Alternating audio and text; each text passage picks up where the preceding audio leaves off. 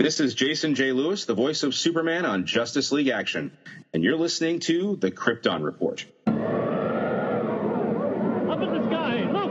It's a bird! It's a plane! It's the Krypton Report!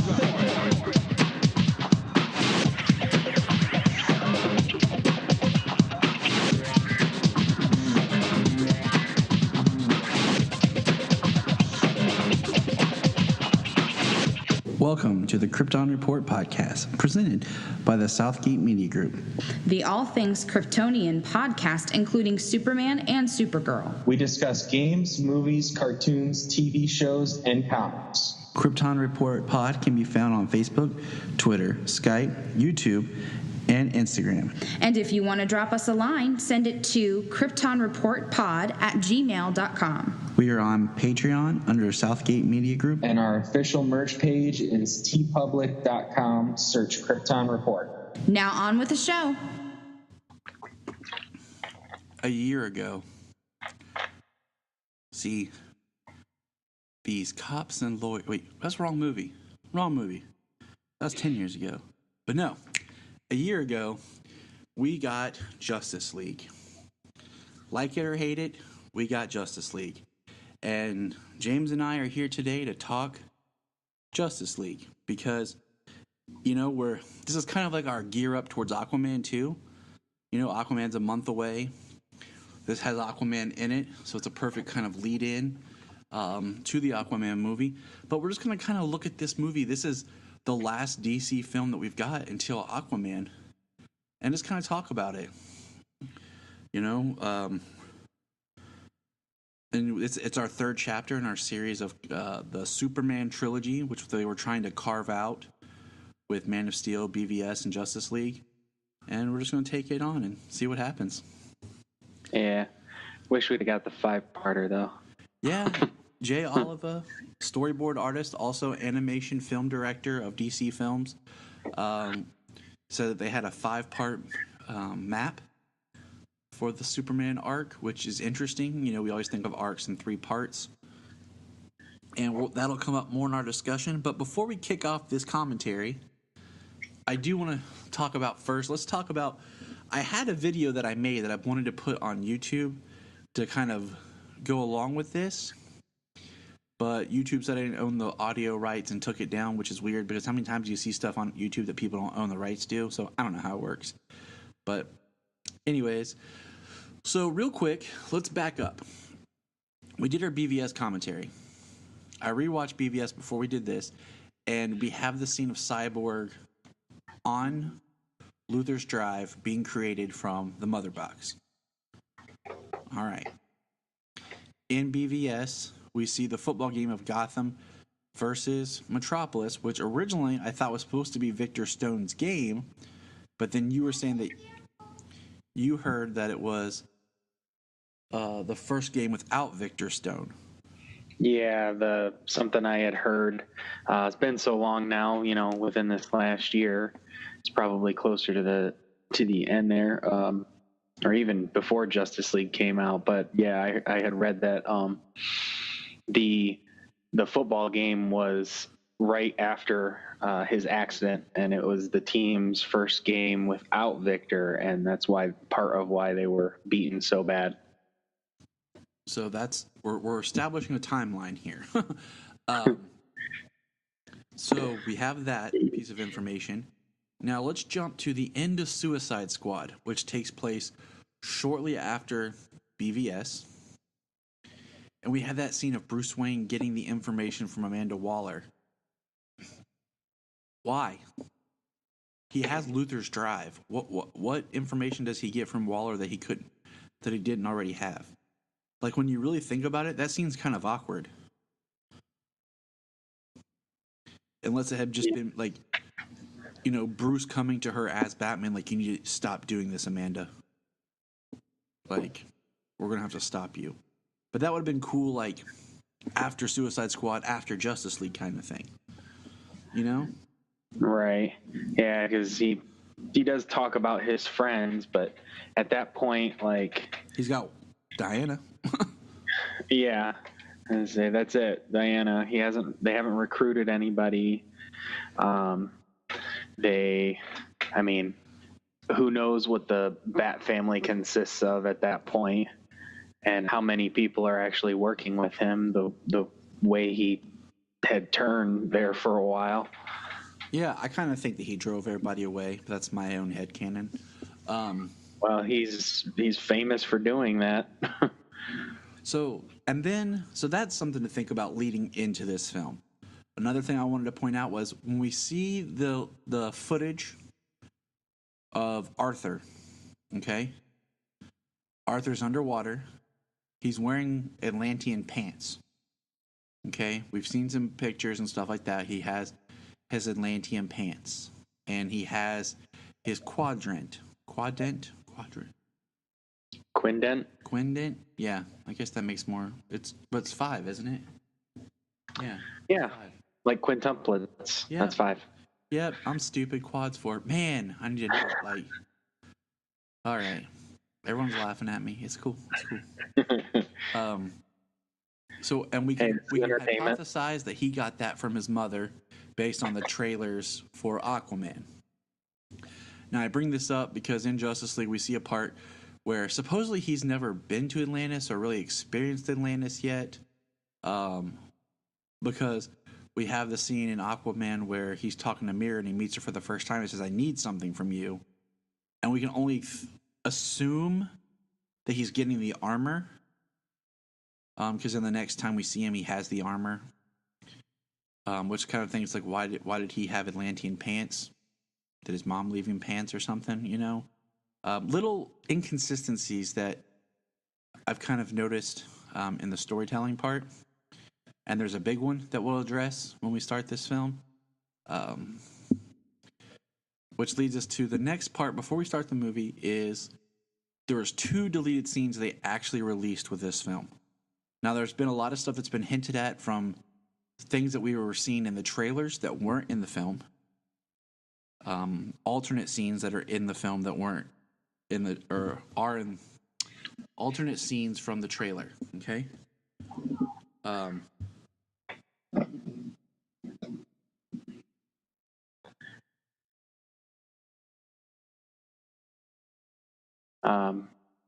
And so the first scene, 2, yeah.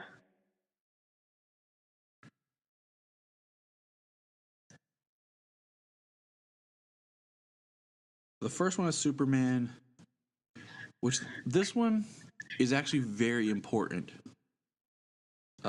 It's Superman back on his ship, and we see other suits pop out from the side, and he decides and he puts on a suit. And we can hypothesize that this scene came after Lois mentions, "Where are you going?" And he's like, "Bruce." And his mom pulls up. Now, why this scene is so important is Clark is back. No one really knows Superman's back. He doesn't have to be Superman. You know, the first time he came out as Superman because of Zod. Nobody has to know he's alive, but he's choosing. This is him making the choice to be Superman. You know, he talked about before how in BVS how Superman was kind of his dad's idea, you know, his ideals, and he kind of did it for that. This is him choosing to be it. And that's a big deal when you think about it. He decides that he's going to re-embrace Superman and do it. And that was taken away from him. That scene, you know what I'm saying? Right.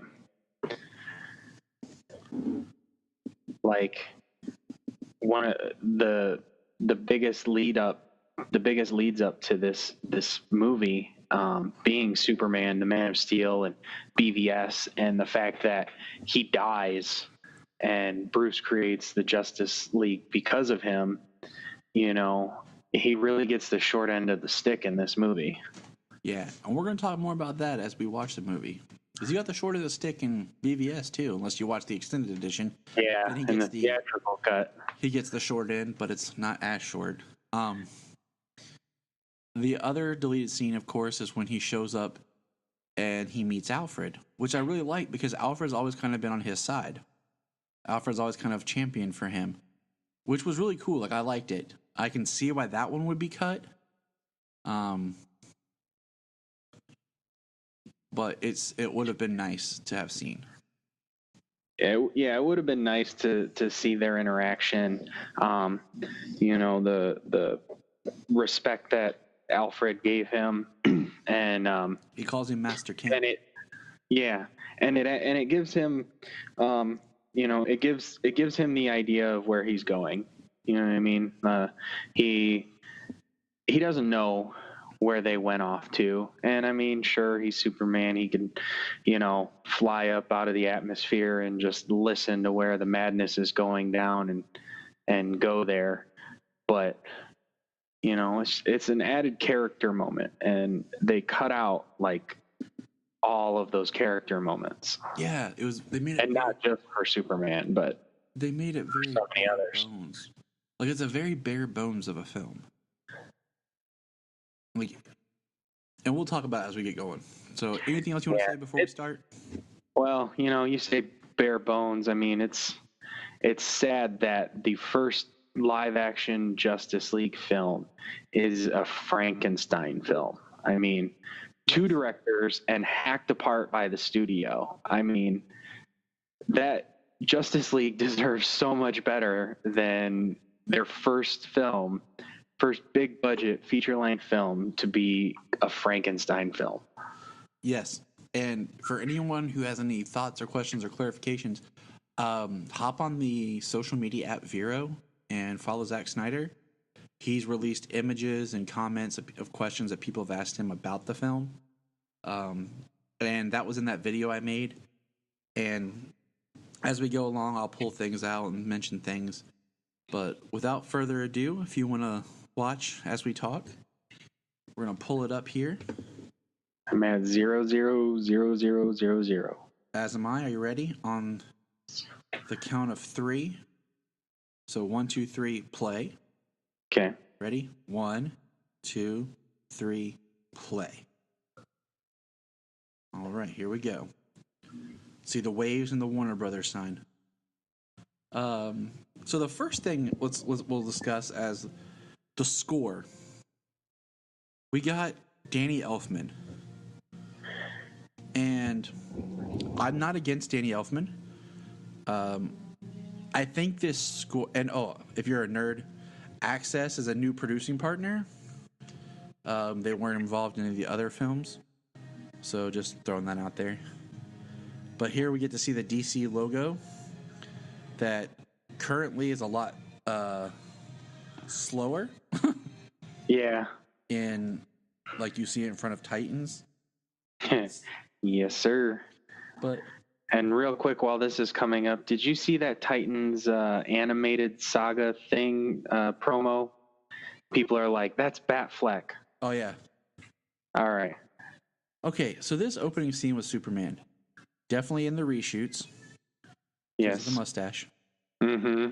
And the suit, because the Justice League suit is brighter blue, but it accentuates like the muscles, so it pops in certain areas, and I'm not as much of a fan of it.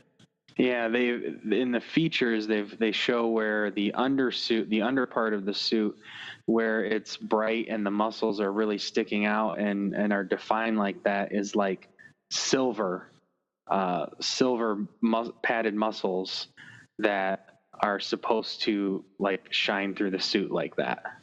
Which, yeah, I wasn't a fan of that. I love the suit that they've been using since Man of Steel and BVS, but I wasn't a fan of that added silver underneath. So that opening scene, I understand the idea behind it, but I don't like it. It's the kind of remind us, especially since right out the gate, it's that face, like that terrible remapped face. I would have preferred just to open with this Batman scene. Yeah. Now, from what I understand, this is actually a Joss Whedon scene. Well, if it is, he nailed Batman right here, or at least. And I will go on record right now and saying I don't think Whedon's the problem with this film. I think it was a studio mandate, and he ended up doing what they asked him to. And if you notice, he's never talked about it. He's never come out and commented. He's never made any public or anything in connection with this film. Yeah. So I really feel like even he was mad at what had happened and what they did. Oh, I could imagine. I mean, just if it was correct that he was brought on to help with some of the stuff there towards the end, and then when Zack Snyder was, I don't know, they say, some people say pushed out, others say that he left, and we know that the tragedy that happened during filming, his daughter committing suicide. So, I mean, that would make anything extremely difficult, especially the long hours it takes to make a film. Yes. See, now, here's where, Batman hears that signal the same time that thing does. It's something going off in Gotham. It's not something Batman had at this point. I just wanted to point that out. It wasn't something that he already had with him. He discovered that signal irritated them right here. I do like the haziness and look of Gotham. It is interesting how we went to and did movies where everything was shot on location, and then by the time we get to Justice League, it's like everything's back to being on a set in a green screen. Right. The look of Gotham, I mean, Gotham is supposed to pretty much be a character in itself, so exactly. The city is a character. It's supposed to set a tone being in Gotham. So no, I mean, not a knock against the Nolan films, especially there in Dark Knight Rises, but just using a regular city and it looking the way it does, Pittsburgh, and it just doesn't look like any Gotham you would think of. Certainly not reminiscent of any comic book Gotham. Right. So here's that's our prologue, which that's why I could have done without that Superman scene.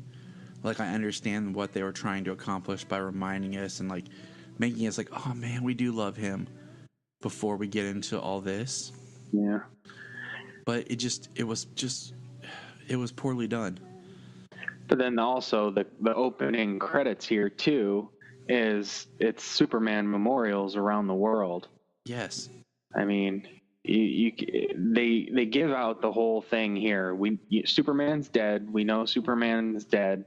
All the memorials around the world, and then and then the way the world is, the more depressing tone of the way the world is that they give off from the fact that Superman is dead.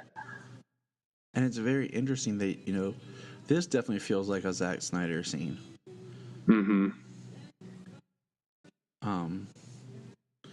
Now, like what I was saying, I like Danny Elfman, but I just feel like his music is lacking in this movie because all the trailers had that Junkie XL feel, that just power that we've come to custom. If you think about it, in 3 films. How did she lose the farm? Was Clark's salary going to help her pay the farm? And now that he's dead, right.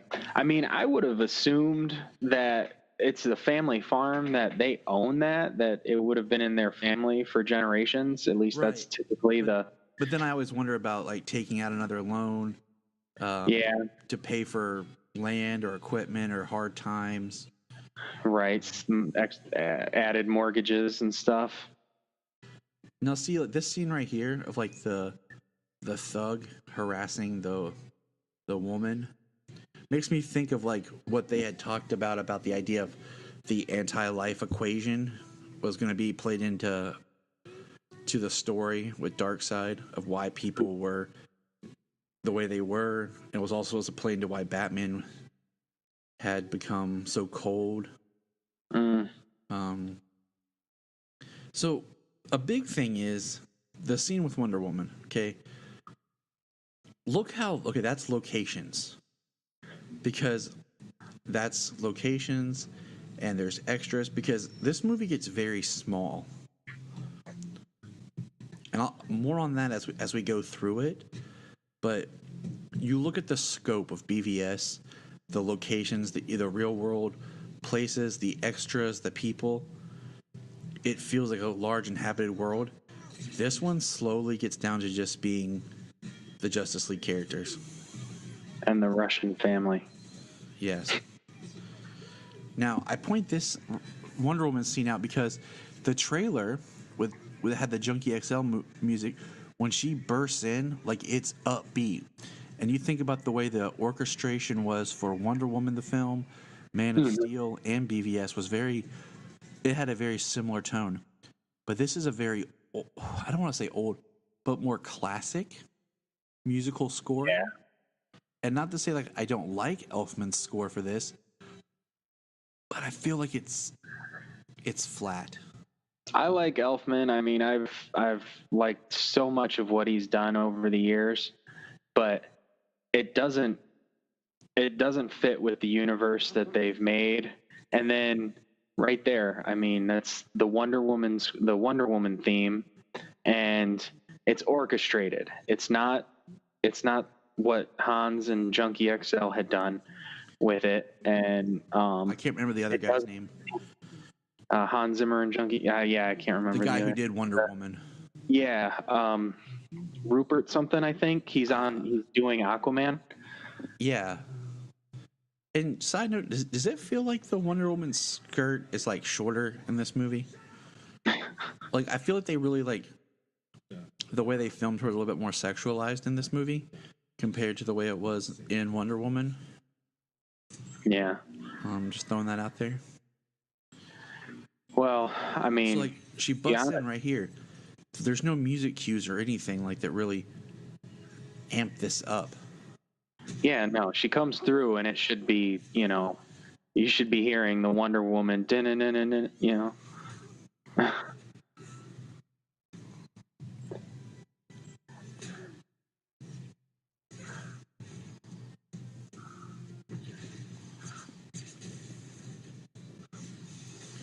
Boom, throws. I like how they showcase her speed though in this sequence. Mm-hmm. In 10 seconds, she takes out everybody but one and gets the bomb out of the building. I've always thought it'd be kind of neat. Like, you know how Wonder Woman the movie ends with her like jumping off, like flying through the air. Mm-hmm. Like I always thought in my head, like it'd been kind of cool if, like, as she was jumping off and going through the air, this is where she was going. Right. Like, just to kind of tie it back together. Yeah. Okay, so I have to say that I believe that the film opened with this. Because we got that shot of Bruce Wayne, and he says, Alfred says, it is time, okay, to go assemble the team, which kind of is like, why haven't that already been doing? But he's got a beard, right? Okay? He didn't have a beard when he was fighting the dude on the roof, but now he has a beard.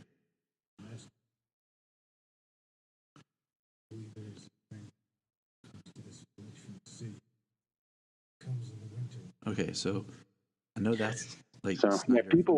Some people were like, how does he have a beard? It's like, well, he does say something right here about, not being able, this village is inaccessible. Yeah. It's a fishing village, so obviously they probably come in and out with boats and stuff like that. And to travel across land would take a long time. So, give him some time. He grows a beard. Yeah. But it's just one of those, like I'm saying, like establishing our timeline. Oh, yeah.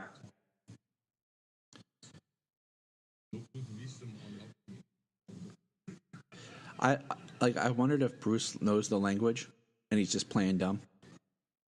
You know what I'm saying?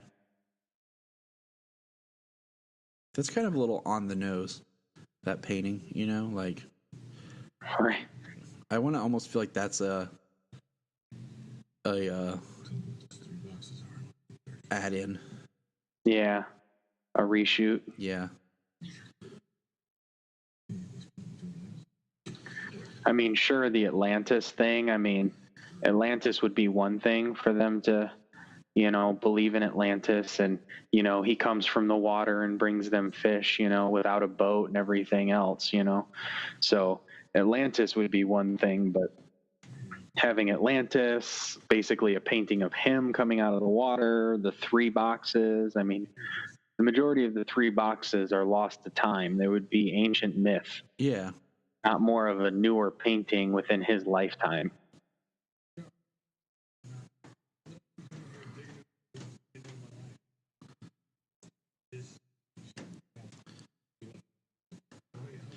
I like how you just met people in Atlantis tell me to do this, you tell me to do that.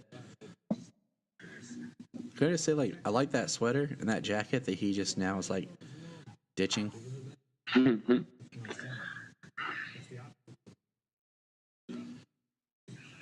Well, the coldness of the deep water. I mean, I wouldn't think that the cold air would have any effect on him. No, but it probably is. Okay, so that's a reshoot. Right there. Mm-hmm. That's a reshoot of Aquaman. And the biggest thing I want to say about the reshoots is most all of them look like they just were filmed in front of a green screen. Yeah. Like they're very flat. And as we get to certain scenes, I can point out to you, like, where you can tell, like, it doesn't look like they're there. And I mean, for a big budgeted film that has the money, that shouldn't be an issue. Yeah. But I mean, he looks straight up like Bruce Wayne right here. Like, this is like comic book Bruce Wayne brought to life. Oh, absolutely. Ben Affleck is the animated series Bruce Wayne straight off the cartoon, straight out the comics. See there, if you're paying attention, like, there's a Victor Stone's football photo.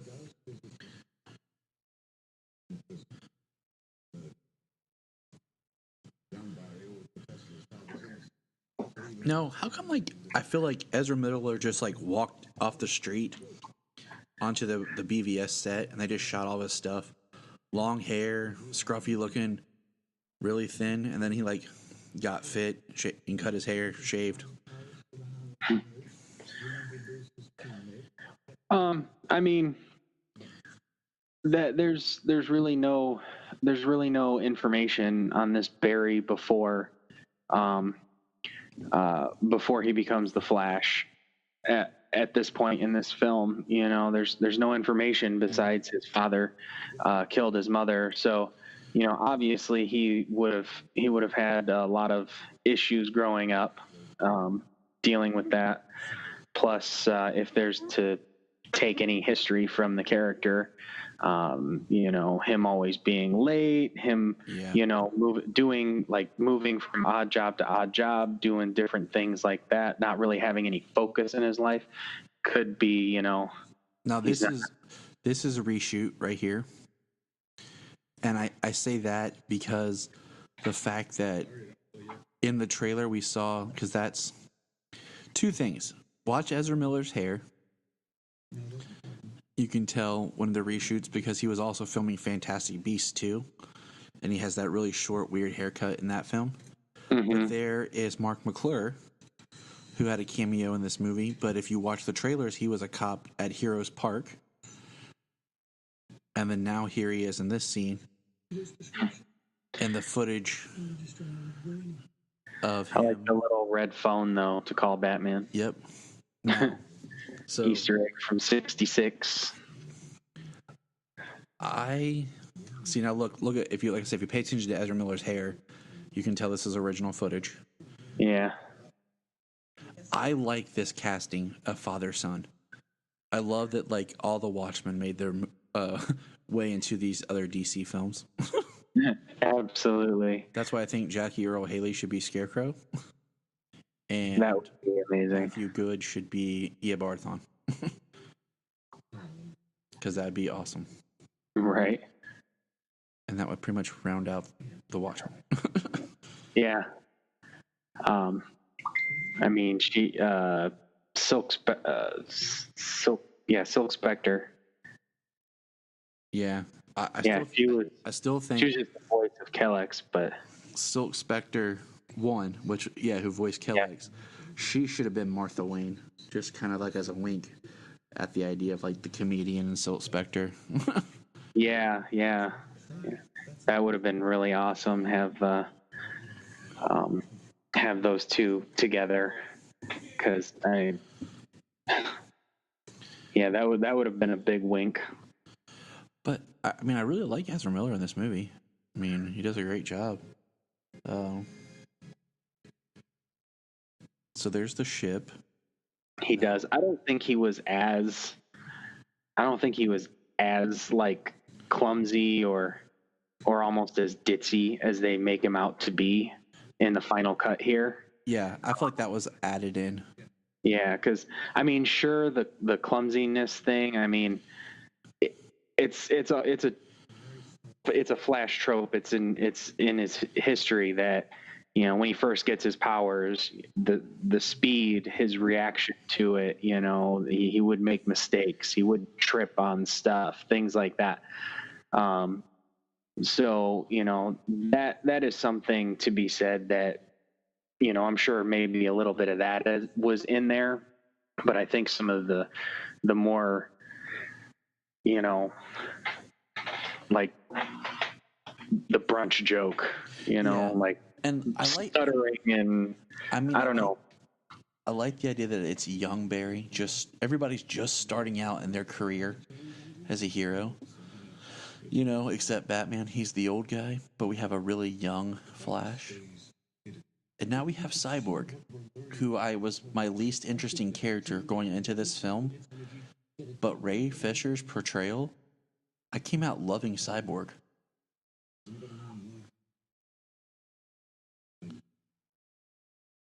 I thought he did a great job. And I love the idea of Joe Morton, who was on Smallville and who played Miles Dyson, who created the T-1000, as Cyborg's dad. Yeah. Oh, he created Skynet. He was the architect of the end of the world. Yeah, Joe Morton is great. I mean, it's just absolutely fantastic. I think Ray Fisher did an amazing job. I heard lots of things about him being wooden, his portrayal, him being dull and boring. Like half of his face is gone, but he emotes really well, and his entire body is CGI. Like, yeah, I mean, he's a person that's now trying to think of himself as a machine on his journey back to thinking of himself as a person. Yeah, that's really his arc in this movie. Yeah. Is like he's very he just talked about the language in his head and all this stuff. So he feels more like a machine.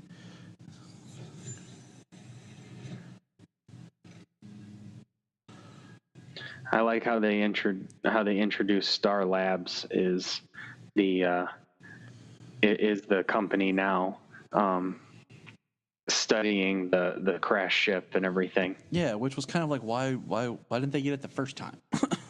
Right.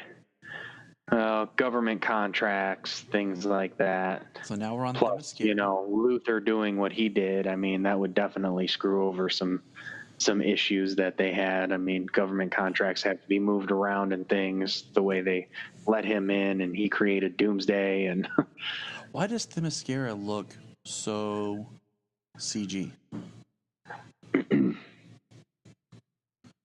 Like, I really feel like almost none of this movie was filmed on a location.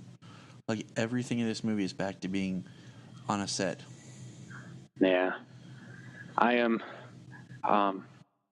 glad to spend more time on Themyscira, though. The Amazons are great in Wonder Woman.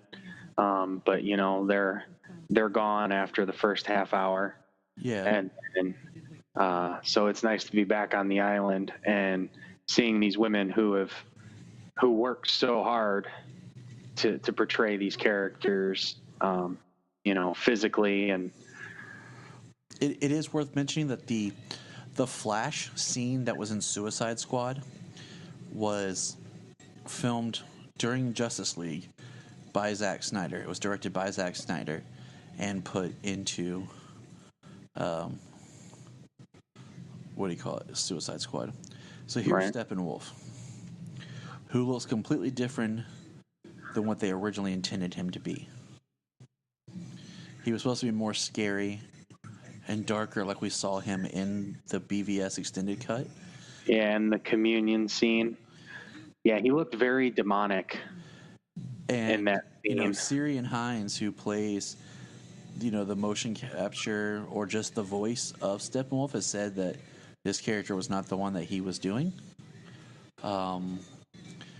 And my thing was, when they announced that it was Steppenwolf, I didn't have a problem with that, because I like the idea of, you know, bringing in this character that is supposed to basically pose a threat, but the Justice League can defeat, and making the film more about the characters of the Justice League and not focusing on the villain and making the villain more one-dimensional. I was fine with, so that you could build to Darkseid being the more complicated villain after we've established our Justice League. But that's not what we got. But that was kind of my mindset with it. Yeah.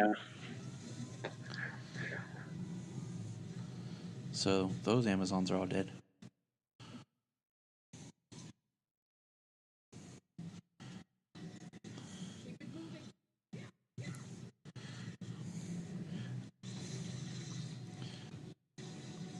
But yeah, so here comes good old Steppy. That the Amazon, they close up that close up shot of the Amazon holding the wall as it was coming down.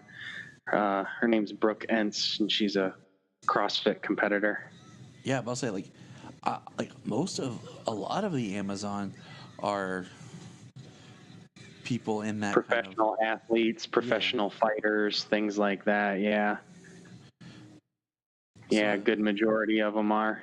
I like how you saw like part of like a box come off for the mother box, like, and it's like just a more of the molten cube. Like, Yeah, this how Amazon I was had supposed to be somebody important, but I don't know if they cut stuff or because she never gets really mentioned again. But this keepaway game is intense. Mm-hmm. But so I'll probably mention this movie a couple of times as we're watching this. But did you ever see 300 Rise of the Empire? I have not seen that one. Okay, so Of I course bring I've that seen up the original. because, you know, it was produced by Zack Snyder, not directed by. Mm-hmm. And some of this reminds me of that, where it's somebody else trying to be Zack Snyder. Mm. And I say that because when we get, because certain parts feel flat, they feel like they're trying to copy Snyder and not be Snyder. And especially in scenes like where there's more CG and stuff, that's stuff that you can change in post. So we don't really know what his original vision or idea was for a character or for a scene. And some of the CG still feels unfinished. Yeah. Well, I mean, it's a pain because the movie had finished production, had finished principal photography, and it was in post, and I'm sure a lot of the effects were finished and close to being finished. And then they're like, you know, the reshoots, and now they had 3 months of reshoots, which is significant. Oh yeah, 3 months of reshoots is a significant amount of reshoots. You know, unlike 3 weeks of reshoots, which, you know, is nothing, which is standard for any superhero film. It's standard for any movie except like indie films.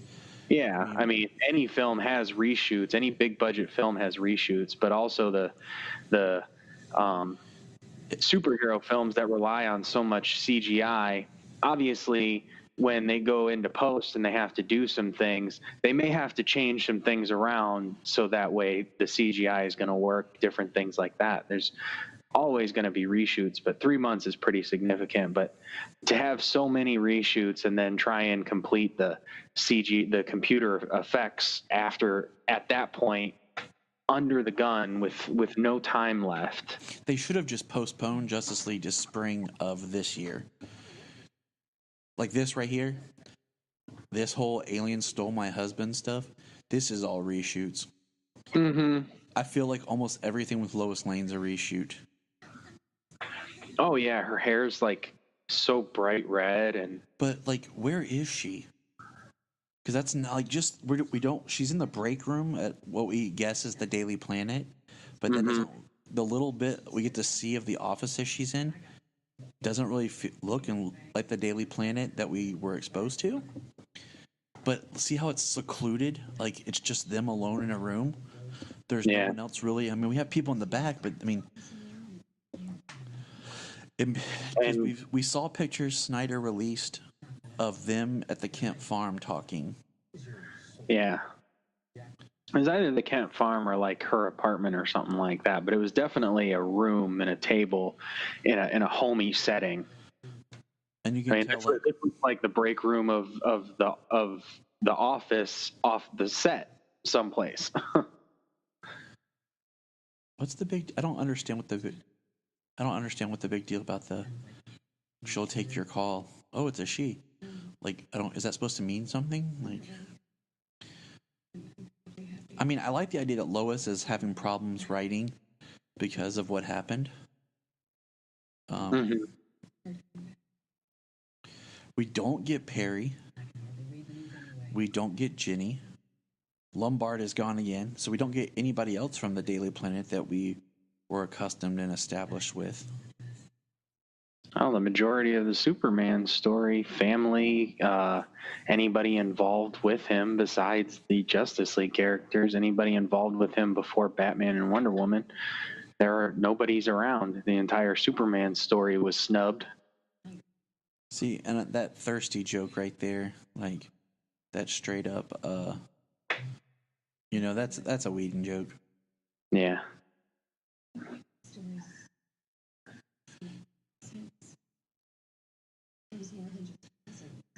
And he's produced and created some good stuff and had a lot of heart and a lot of humor. And it really feels like he was just here for business. And that's why I feel like it's like one of those things. If you give the man the product from the beginning, compared to hey, just fuse this in there. Yeah. Because then you're mixing. I don't know. You're mixing stuff that shouldn't be messed with because you've already created a tone and a story, and now you're trying to recalibrate things by adding this. I do think this is cool. Cyborg, like with in his hands, like learning about Batman. See, what I kind of wonder here is this a hologram that he's projecting from his hands, or is this more of like he's kind of seeing it through his cyborg, through his eye, and he's just kind of like interacting with it in his head, but it's the way he can see it, Oh, that's a good thought. So here's Diana showing up, and you can tell like this is all altered because we got different footage in the trailer about them two talking, because there's the really cool scene about, in the trailer where Diana says, is he going to fight with us? And he says, more or less. And Diana's like, he said no. And Bruce's like, he said no. Yeah. I do like the fact that Bruce is working on his stuff, though, which I liked back in BVS, where him and Alfred were developing and building and adapting all of the technology and the gadgets that they had. See, this scene right here about like the history of Steppenwolf coming and everything, like I wanted more of this. I want to say, because we heard that this was supposed to be a very Lord of the Rings type opening, so I can only speculate that there was more going on. Well, we just heard recently, I can't remember how long ago, but I'm pretty sure it was within the last month, when they have brought up more of Darkseid's involvement in the movie, that in the history scene, he was, what's his, Uxas, UXAS? Yes. However you pronounce that, his name before he became Darkseid, before his older brother was supposed to take the Omega effect, and he stopped that from happening and took it for himself and became Darkseid. That in this scene, he was supposed to be his younger self before he was even Darkseid. See, look at that. Like, tribes of men, Amazons, Atlanteans, like. Which is really cool there, because the Atlanteans come off of a boat. So this is before Atlantis even sank. And there's Green Lantern. See, there's Artemis, the god Artemis. Somewhere, David Thewlis was supposed to be in here as Ares. Yeah. But there's Zeus, and there's Hades. Yeah, he's credited in here, but you don't see him. Right, which makes me wonder if he was just cut. You know what I'm saying? Yeah. Like, and Robin Wright came back and filmed stuff for this scene, and she's not there. Yep. So I mean, it just. I like how the gods are bigger, though. Yes. Which kind of brings you back to Wonder Woman. Like, why when David Thewlis went all Ares, didn't he kind of just like grow, like become a bit more massive? I just kind of wish when he eventually revealed to be Ares, like when he turned into Ares, it was a different actor, and David Thewlis was more of the Sir Patrick side, right? Like a form he took to hide. Yeah, I mean, David Thewlis is a great actor, but I don't see him as very intimidating like the God of War. Nope. Not speaking with his British accent, kind of talking up the way he was. Like, he didn't seem intimidating. And, they always talk about the British being villains, making great villains and stuff like that. Yep. I don't know.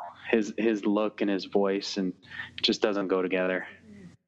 And I don't think a Greek god should be British.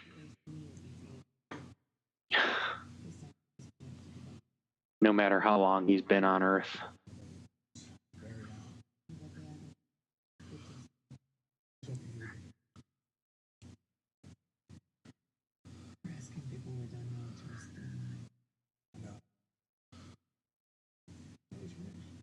That's how this works. Can we say that I feel like Carhartt had a hand in like supporting this film, considering that Bruce was wearing Carhartt, Aquaman wears Carhartt, and the Flash wears Carhartt? Yeah. I don't think that the first time watching this, that you notice that look means that she knew he was there. But upon the rewatch, that look means she knows he's watching. Yep.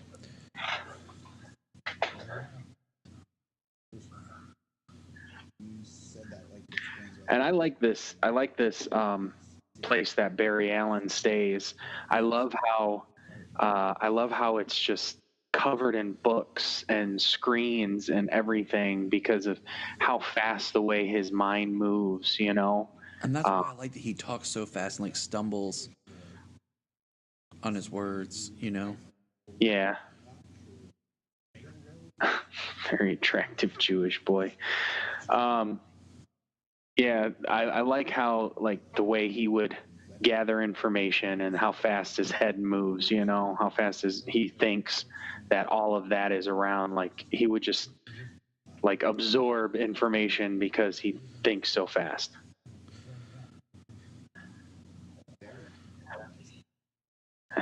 And I love how he put Rick and Morty in the background. How Zack Snyder put Rick and Morty in the background. I love this how it feels like he almost steps into the Speed Force. You know, because he steps to the side with the lightning and everything. Mm-hmm. And then he grabs the Batarang.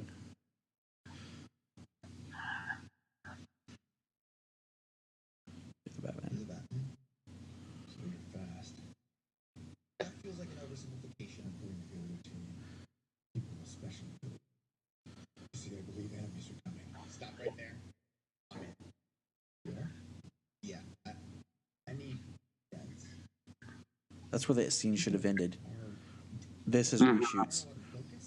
Yeah, you can tell his hair changes. His hair changes. The colorization of the back is very flat. And it's even more less out of focus to help hide that it's a green screen. But the hair's the best giveaway. Yeah. Because watch when it cuts back to that. Can I keep this? See what I'm saying? And like, yeah, you can, and if you look at his temples there, you can see where like, see the hair on his temple changes there because it's actual hair and then it's a wig. Yep. On the super fight team.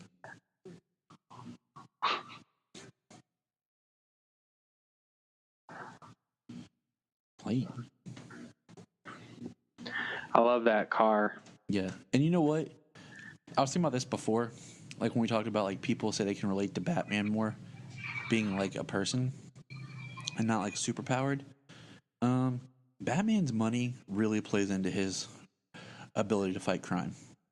Like all the hideouts that he has, all the tech and everything. Because I always liked the Green Arrow stories where they like Ollie lost his fortune. It was just like a dude hunting with a bow. Yeah. You know, he went to being very street, very poor. Right. I mean, granted, Batman still has his intellect and he can still whoop your ass, but the money he has and the money that he puts into his resources, you know, definitely escalates his ability to be Batman. Exactly. I love that. Why should I trust you? And she says, if I was going to attack you, been by the lake. Yeah. See, and you get it here that she knew he was there, but upon the rewatch, you don't notice that look was her knowing he was there until you see it again. So, we're on a street where there's no people. It's just her. Yeah. And if this is Gotham, I mean, that's where Victor lives. That's what the city looks like. That's what the skyline looks like. Looks like it's still Gotham. Yep. I mean, Gotham is a heavily populated city. You could say overpopulated. Oh yeah, overpopulated for sure. The way crime runs through the streets and stuff, whether it's the rich neighborhoods, the poor neighborhoods. I mean, the rich neighborhoods, it's just more blue collar crime. Yep.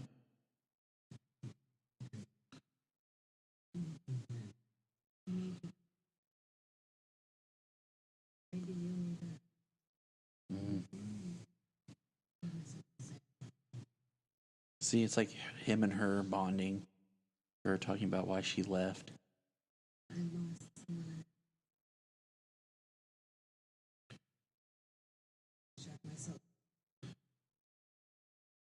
I'm actually kind of interested, like with all this dialogue about who she lost and everything like that. Like it kind of makes me interested in what Wonder Woman 2 is going to be called, or I mean, be about. With like we've seen Steve Trevor on set, like in her relationship with Barbara Jean, her best friend, you know, that she loses. So, right to the cheetah. So I'm kind of curious. Yeah, he loses her. Right, he loses her to the cheetah. I mean, because she is a curator. in the museum. So I'm sure that's something she's been doing for a long time. So back in the 80s, just, Aquaman. 35 years ago, she'll be doing that. It's an awesome shot of him just on top of the boat. Yeah. Which, visuals, it's Snyder shot. Exactly. The camera angles, the water, the slow motion. Yeah. There's the green blood of the parademons.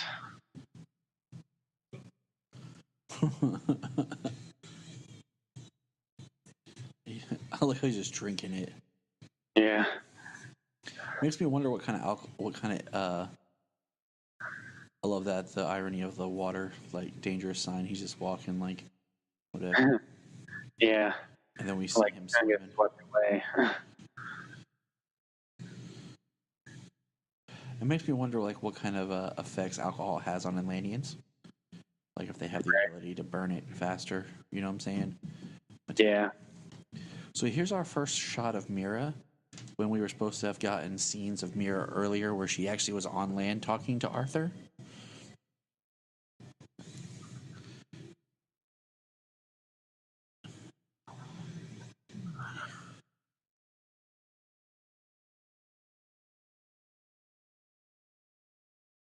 Because we saw images, of them. So it makes me wonder, like, can Steppenwolf breathe underwater, or is he just holding his breath? Right. Or is he breathing at all? Because right there, like... So this was changed in post. That water effect, though, is awesome. Yes.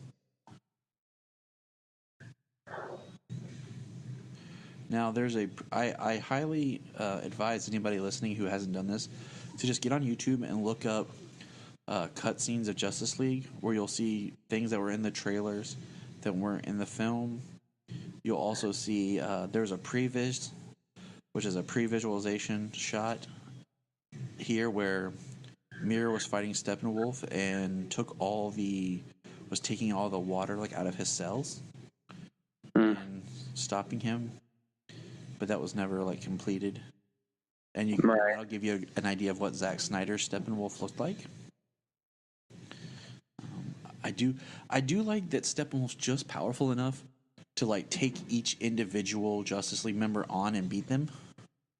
Mm-hmm. I love you, Solomon.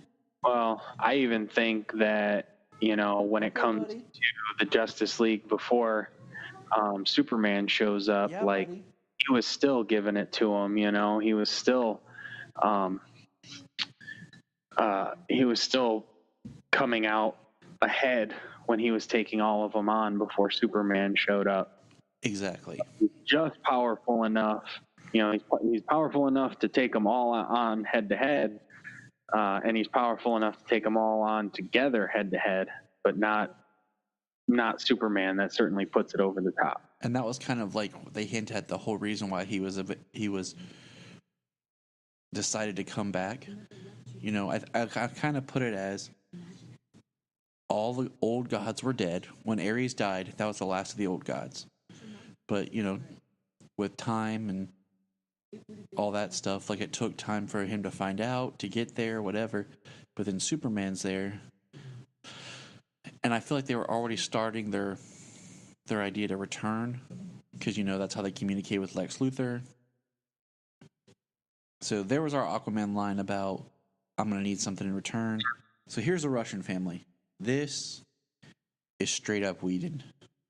And I understand that this Russian family is supposed to represent our connection to people being affected by the parademons, and kind of be our emotional in, and supposed to be our way of kind of connecting and feeling.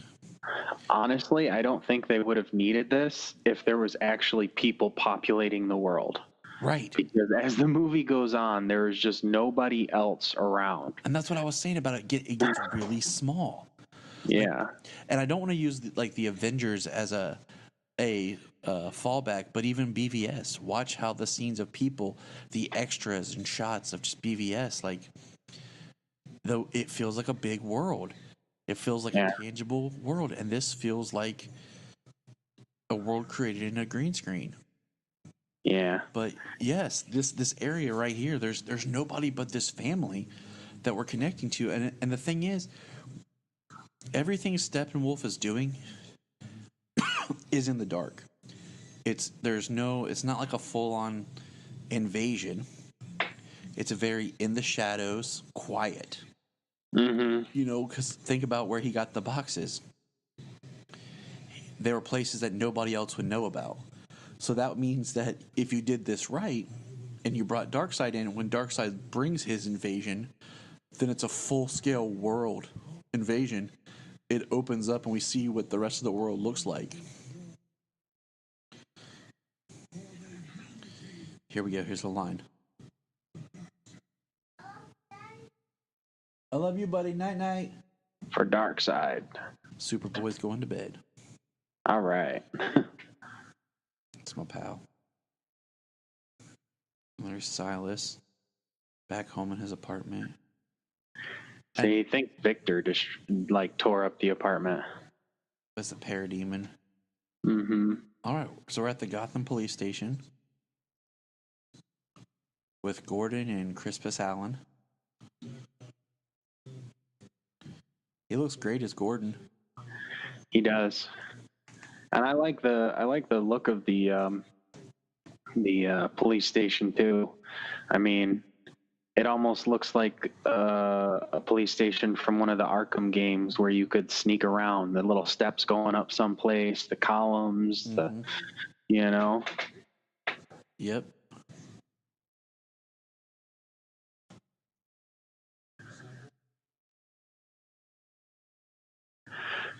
Back to that Mercedes. So that's a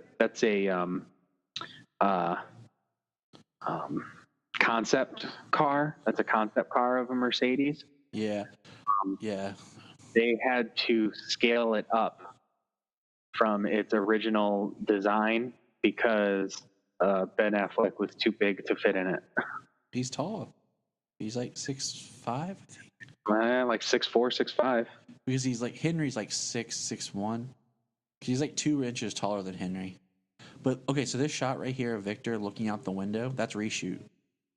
Because in the original trailer, he's standing there, and the window looks darker, the brick looks different, and he's in Cyborg. Now this scene makes no sense to me because there's that plastic in the way of Batman on the gargoyle, and then we see him drop down, and that's an awesome shot of him down, and then of the Flash.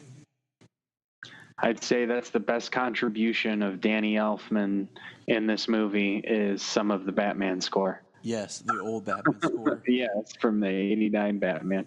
I'd say that's the best and most memorable contribution to the score that Danny Elfman did, and it's not even original. To this movie.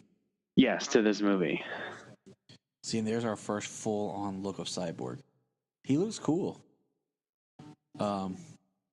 And Barry's like, whoa. Yeah. I do like the fact, you know, he looks, you can say Transformer-ish, you know, he looks alien-like. It doesn't look like anything a person would design. It's everybody coming into their own. You know, is what this, the three, Cyborg, Flash, and Aquaman, are really coming into their own in this film.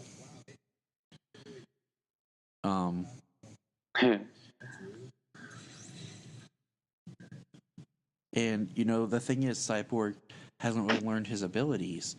And we get that, you know, at the end when he starts to actually work on it. And that's why I love Justice League War, which we're going to get to eventually. We've been trying to do that for like a year now. We see like 3 different stages of Cyborg in that movie. Mm-hmm. Yeah, how his body's real bulky, and as it starts to go on, he starts to lean out and become more of a natural design. I want to point out, just for like for people to reference. Oh wait, I will here in a second. So right here in the trailers where Cyborg had the line, I didn't think you were real. And Batman says, I'm real when it's useful. It was right there, and it's not in here. Just like I was saying about the gargoyle. We saw that in the trailers, and they cut that out. It's like everything we saw in the trailers, they decided, oh, we'll just cut that out of the movie. That way we can save time, because they've already seen it. Since we have to keep that 2-hour mandate the studio put on this film. Yeah. Which is ridiculously stupid for a film that's this big, this many characters. Yeah, should be so epic and so grand in scope. I mean, what I wanted to say was, just for like an idea of the timing of this film production wise, Ezra Miller was announced to be Barry Allen the Flash the day after the Flash TV series premiered. oh wow. So think about that. Because I remember going to work and had just watched the pilot of The Flash the night before and sitting at work on my first break. And is when they announced like Ezra Miller as the Flash, and then they were coming out with the idea of when the release dates for certain movies and stuff would be. When they first was really hyping up to do all this. So that's just an interesting, because I remember people being really upset that, you know, the CW, DC, Warner Bros. Just had a huge turnout for the pilot of The Flash, and the next day they're already like, oh yeah, we'll check out this Flash.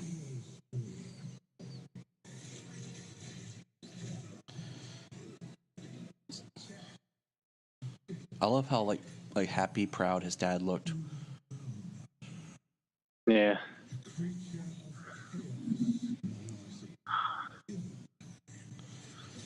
I don't have a problem with the way Steppenwolf looks, like the white, because it's fine, because it makes him alien, it makes him different, you know. But his whole suit looks like it's one color. You know what I'm saying? Like it's very like, it doesn't look like it's layered or anything. It just looks like it's one base color. Yeah. Love watching Batman fight.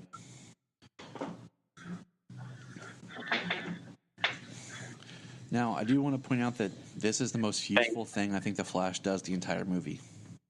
Yeah. Gets people out. Because, and I think they just made it and made him very useless almost. Like, I don't mind him making mistakes or tripping up, but like, if you really pay attention, he doesn't really ever get to do and accomplish anything. Like, except for right here where he's rescuing people. Great, that's awesome. But as far as contributions to the battle, because I think they even cut the scene that was in the trailer where you see him like fight and push some of the parademons. Like that's even cut out of this. Yeah. Yeah, the scenes where from this battle, this fight here, where you see him zip around, he's dodging some of the blasts from the gun, from the blasters, and then he pushes that parademon, and the inertia like just sends him flying through the doors and into the wall. I think we just saw it, but there's no evidence that it was Barry that did it. It looks like it was Cyborg. Yeah. But I'm not sure, because I mean that's something you can hide in editing, you know. It does well, yeah. With the blue there, I mean, it was like, was that lightning? Didn't look like lightning. It looked more like the white noise cannon that he uses off of his arm that he shot Steppenwolf with. So my thing is, you're trying to convince me though that Steppenwolf is more BA than Doomsday. You know, I mean, think how Wonder Woman fought Doomsday. Mm-hmm. And she's not like being as BA as she was then against Steppenwolf. Just throwing that out there. Yeah.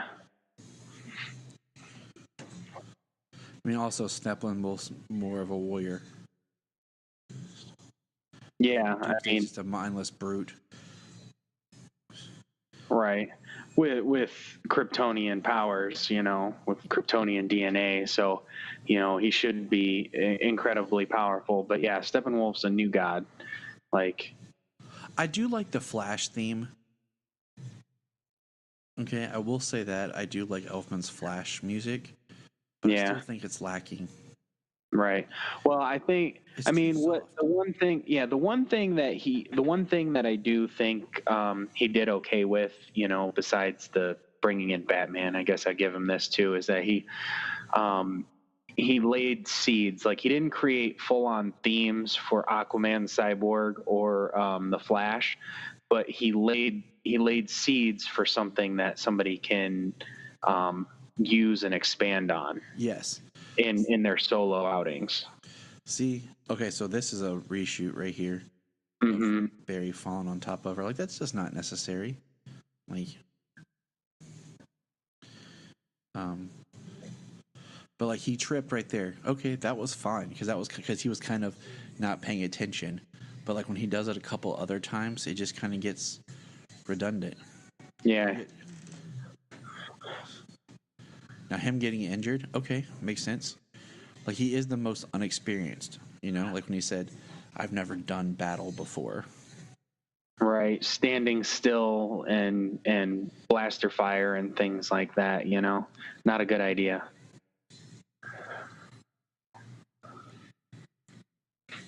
I love the way she just hacks these parademons up, though. There was supposed to be a scene here where Batman found a bunch of people being turned into parademons. And Victor was supposed to have his face covered right there, like complete cyborg. But they took that out in post. Mm-hmm. Yep, that was in the trailer. This is like one movie that really suffers for me for the fact of knowing too much. Like, would I appreciate this movie and like it better had I just watched it and not like watch the trailers so much that I was like looking forward to things and then learning so much behind the scenes stuff. Yeah, I like the idea of I think it's the guys on the Suicide Squad cast talking about if they were to release the Snyder Cut and test the Snyder Cut to release it on DC Universe and Zack see from how well. Smallville said that too. Did he? Yeah, release it on DC Universe, and it might have been him that I heard it from. But yeah, their own it platform. might have been a couple of people. But yeah, release it on DC Universe and see how well it does before investing in physical media distribution. Just release it on DC Universe, period. Right. Same thing with like an extended director's cut of Suicide Squad. Because I mean, yeah, the David Ayer cut. So there's Arthur. The next time we see Arthur, stop in the water. He's got his quadrant. Quindent. Dang, I said it wrong again. I give up. His spear. Right. That thing with the points on it. And they're escaping on the Nightcrawler.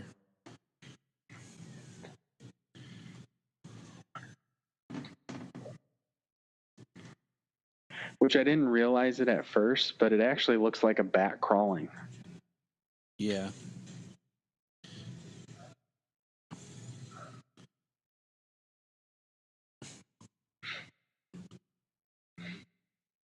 Did he just...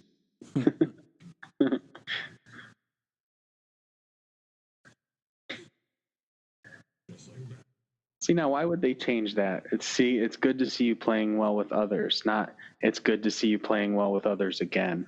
Yeah. Like acknowledging that he had partners in the past. Yeah. Like they literally changed the line for no reason at all. Yeah. I agree.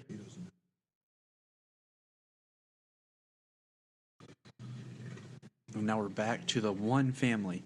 Like, it could have been neat if we cut back and we saw more people.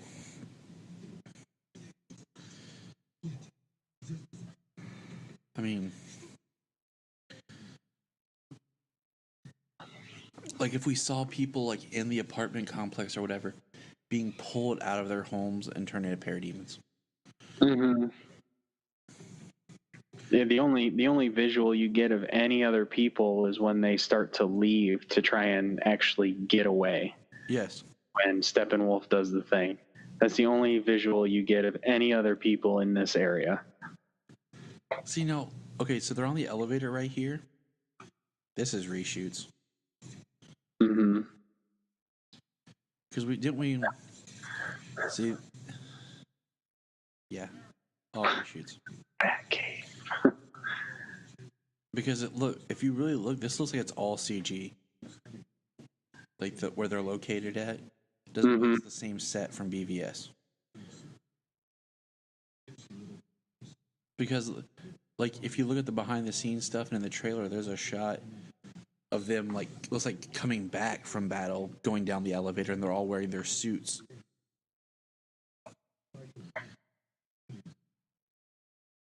So what's up with Aquaman right here stealing, like, the multi-tool?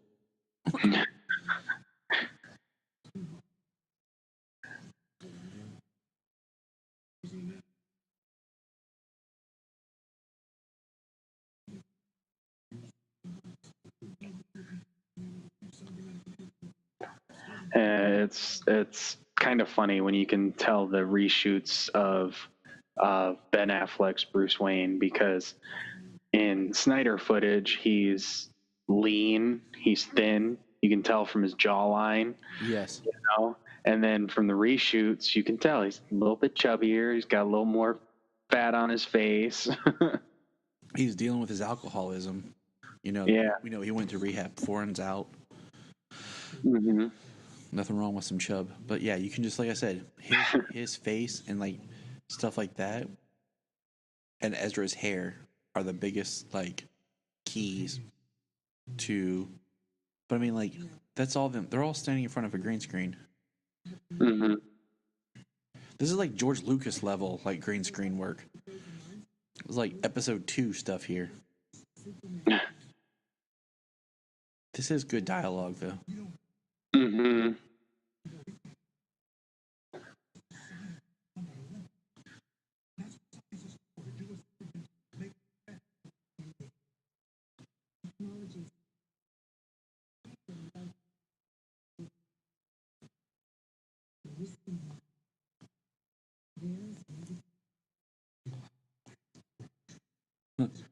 Yes.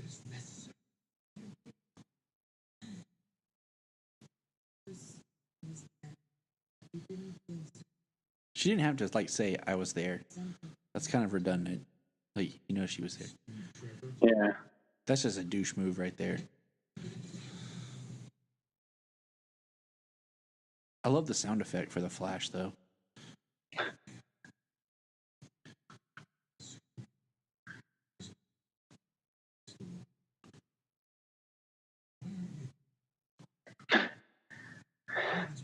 I like how he actually looks hurt getting shoved by her.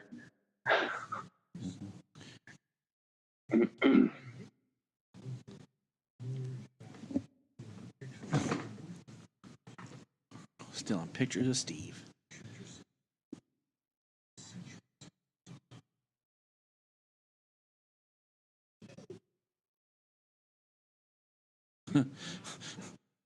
Like how Barry's just like, We'll cover for.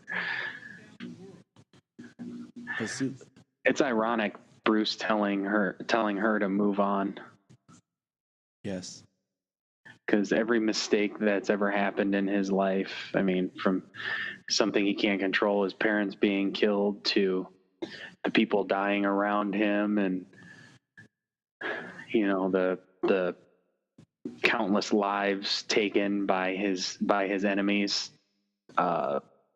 Like he doesn't let anything go. yeah. But I mean, like, isn't that kind of like his lesson? Is, look, don't be me. Yeah, Wasn't that always the thing about Dick Grayson? Like, don't become me. Be better. exactly. Okay, It's so one of the best we lines. know this is straight up reshoots. So he wouldn't. Yeah, supposedly this set here was never in any Snyder shot. Yeah. I mean, this was created for the reshoots. I mean, even looking at Ben, like, his face looks a little different, you know. And because, you know, Snyder was asked about this on Vero, and he said, what room? So yeah, this was all created as a alternate set to shoot reshoots.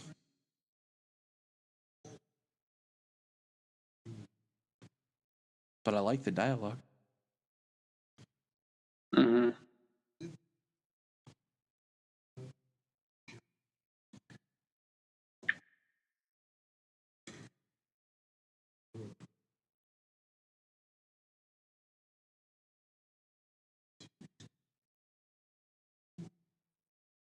I love this line. I love that. Like that's such a Batman line. Don't get over it. Mm-hmm. There was some stuff in this movie that was just so good. I wonder if that wasn't a line that was kept. You know what I mean? Because it was so good. Maybe it was in a different spot, but I wonder if it was kept because it was so good. That is straight Batman. Yes. Not really. I love that they're digging Clark's grave like he's not using super speed. Yeah.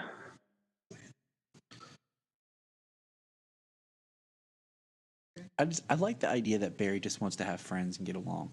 But that's the character they need. You know what I'm saying? Everyone's all in their own world, kind of douchey, and Barry's just a team player, wants to have fun.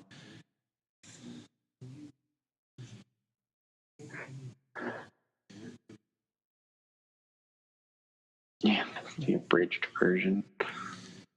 He's trying to get the fist bump and just can't get it. Yeah. I mean, he's like, I will get it though.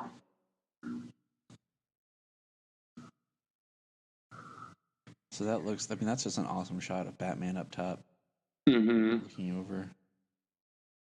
And there's Wonder Woman. Yeah, him standing out on a tiny ledge, just looking out. Batman just pisses everybody off. Hey, it's what he does. It's what he's good at. I want to say this is original footage. Right there.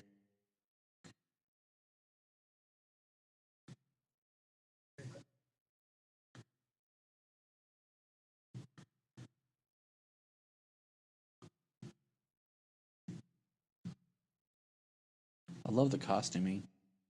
And I like the idea really of being able to use the mother box to bring him back, using that amount of energy. It works. Oh, because they said they fried the circuits in the ship, so the ship doesn't have the power to do it. Yep. I like Aquaman's suit in this a lot. And this is the only Zimmer score you get in the whole movie. Uh-huh. And it feels right. It does. It feels in place. It should be there. I like how they never get Cavill's face. Like you never get a focus. That's like our Jonathan cameo, because he was supposed to actually have a scene in this movie.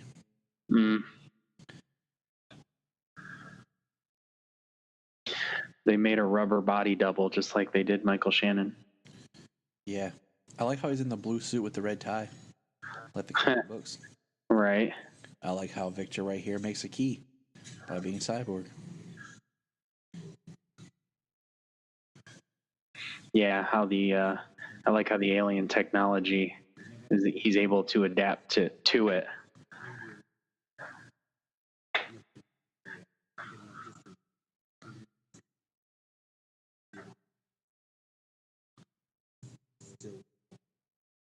I like Barry's suit in this. I like that it's different. You can tell that they hadn't really finished the idea of the suit when they made the little Flash cameo in BVS that nobody realized that was the Flash. People ask me, who was that? And I was like, the Flash. They're like, what? I'm like, yeah. Yeah.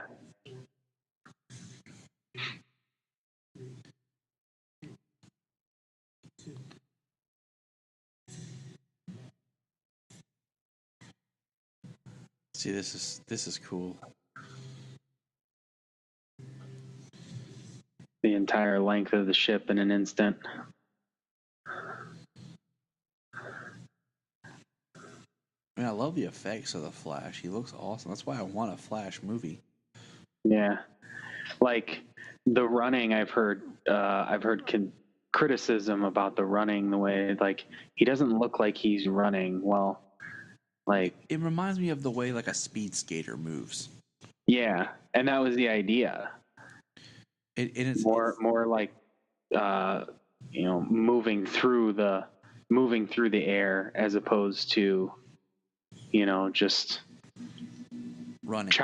chopping your feet running so fast. Yes, and I'm fine with that. Like, it's different. I mean, it's approaching something different. I mean, you want to complain about having two flashes, like, they're trying to make them different. I think how much the sun has come up since they were in there. That's a heavy box. So now we're back at Heroes Park. We have police, which is a mirror image here, basically of Doomsday crashing down in Heroes Park, stumbling down, standing up. So this is all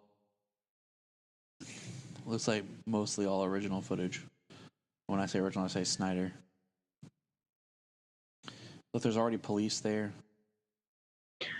Yeah, I think the majority of this sequence is original footage until he starts talking. That's an awesome shot of the Justice League without Batman. Yeah. Slow.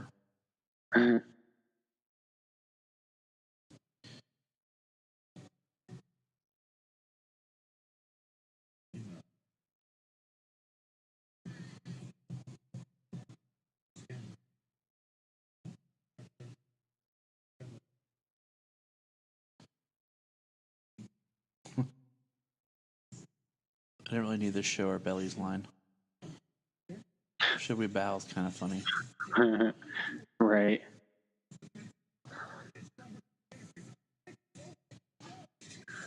I like that line. It's stronger since the interface.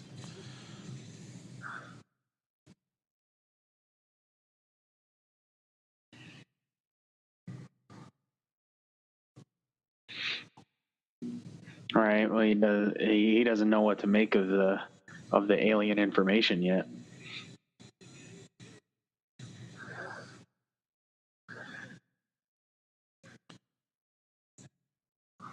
Reshoot. Yeah. Pet Cemetery. I mean, I do enjoy this movie. It's just heartbreaking because I care about these characters and like this film so much. I mean, I look forward to this film so much. I can't believe it's been a year. I watch it and I enjoy it, but it could have been so much more. Because I mean, look, This is Heroes Park in Metropolis, a city that's supposed to be bursting with people in the early morning, and nobody's there. Like, there's no onlookers with all their smartphones and stuff. Like, is that Superman? What's going on? Like, who's that lady? Who's this? Who's that? Like, there's nobody there. Yeah, nobody in the park. I mean, because originally it was supposed to be at night. Because I mean, if you look at the first trailer, there's the Superman eye that everybody loved with the Flash. Yeah, Just looks at the Flash. Barry's like, "Oh crap, he can see me moving." Right. Like he's like, nobody's ever seen me moving.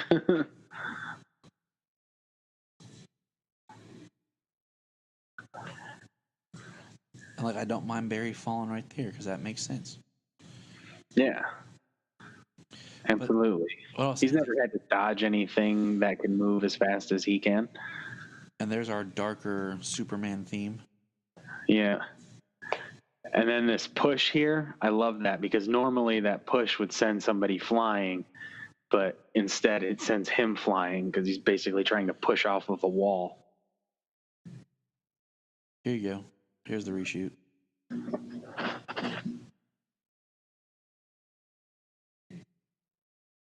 I love watching them two fight. Like, I'm cool with like Superman being like completely open and fighting right here and not holding back. It gives us an idea of his power compared to everybody else.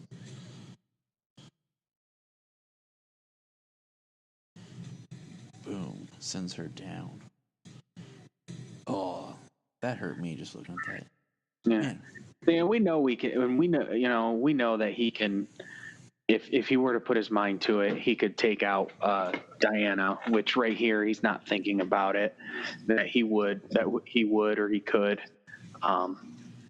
But it also gives a sense of how strong she is, being able to take, nearly a full power headbutt and be able to and be alive. Yes. Stand up, get up without having a concussion or a shattered skull. And there's Alfred with the big gun.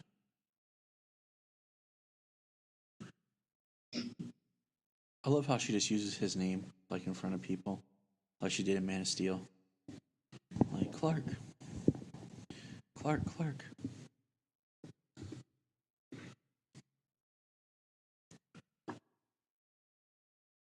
But for the third time, I'm trying to say this, in the original trailer, when you see the Flash do that run, it's dark outside.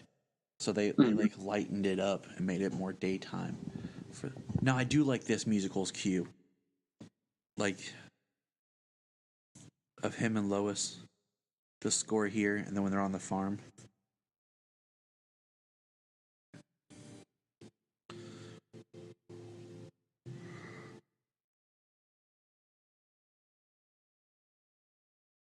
Yeah, like Henry looks so at peace right there. Like he played it very well, going from ready to kill Batman.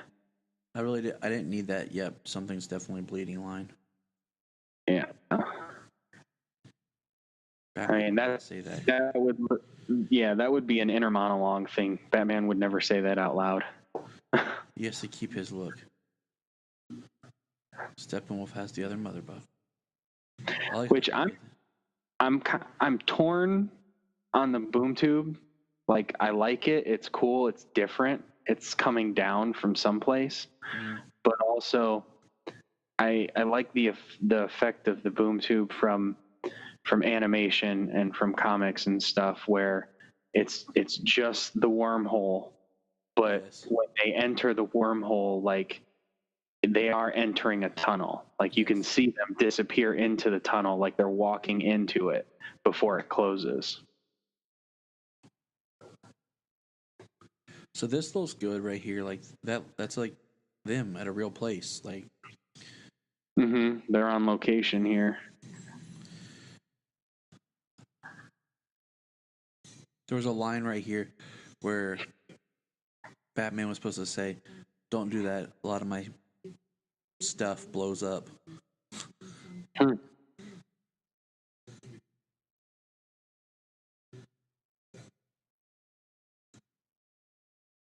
like how she's sharpening her sword. Yep. I really feel like there's a missed opportunity for a scene of Barry like eating.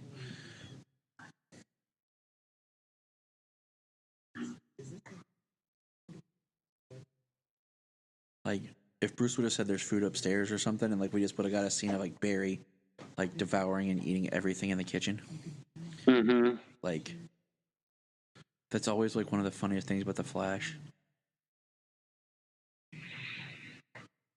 Right. I mean, you got more of that in Smallville with Bart Allen. Yeah. I mean, you got that in one of the first episodes of The Flash with John Wesley Shipp, where he's eating all the pizzas. And Grant Gustin, where he created the 5,000 calorie bar or whatever for him. Yep. Passing out from low blood sugar and everything. Can you talk to fish? The water.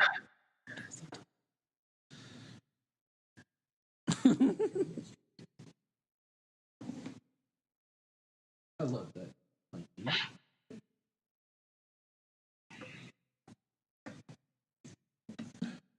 I mean, I like the idea of Bruce like needing to be the leader, and because he's hurt. Like this right here. She just put that. This is all reshoots, but I like this. I like seeing him weak and like peeling the armor off layer by layer. It's a multi-layered suit. But, you know, because it's easy to forget that Batman's just human compared to everybody else.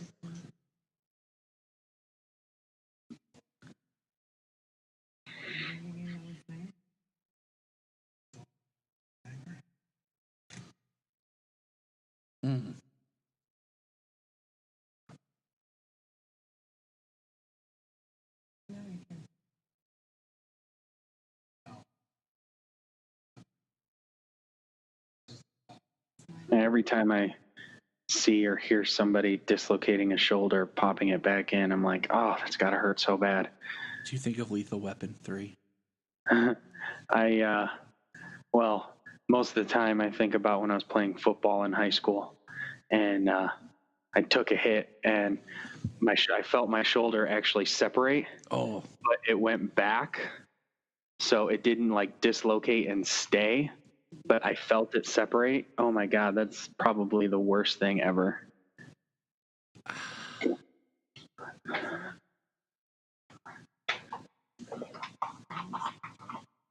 Actually, probably lucky it didn't dislocate, but to feel it pull apart like that is not cool.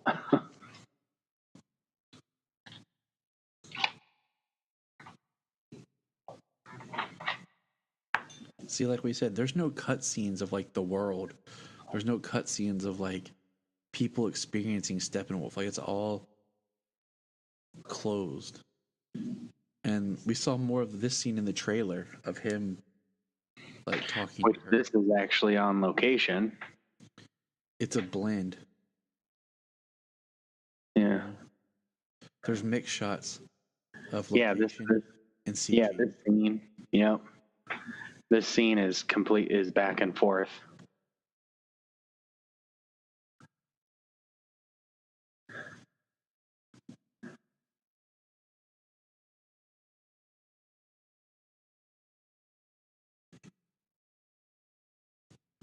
Like her hair looks different. Like almost like a wig. I liked it better in the trailer where he makes the comment about, so you're wearing it, the ring. Yeah, they actually, like, she comes out and then they do a cut and they cut that all out, and she's playing with the ring on her finger like she did in that scene from the trailer, but they cut out that dialogue. Like I said, I feel like they cut out stuff to just say, oh, they saw it in the trailer, we don't have to put it in the movie to save time. Yeah. But I like this musical cue.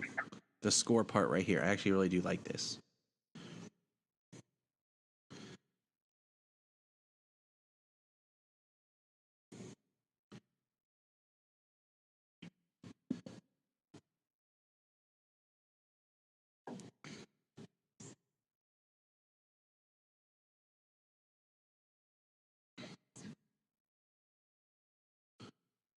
I like that, though, that that they did that, whether it would be even in reshoots, you called mom, that he can hear his mother coming. Mm-hmm.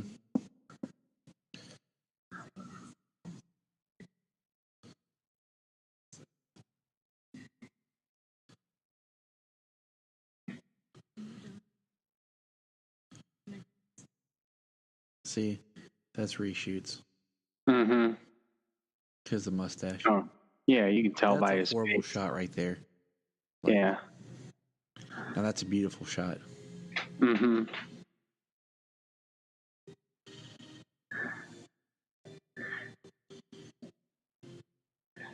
Like if the official story is true that they wouldn't let him shave it, even though Warner Brothers would have foot the bill for the CGI to replace it, it's like adding a mustache is so much easier than trying to remap someone's face because you can't see it because it's being obscured by facial hair. Yes. Even adding a mustache digitally or using, a fake mustache and then using digital to cover it is less. I think it was just Paramount's way of being like, screw you, Warner Brothers. Right.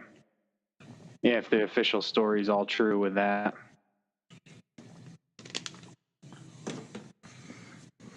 You never know with this. You never know what happened behind the scenes with this film. I mean, there's conflicting reports, and it'll be one of those things like, we compared it often to like Superman 2, the Richard Donner cut, and just the experience that Richard Donner had with Superman 1 and 2.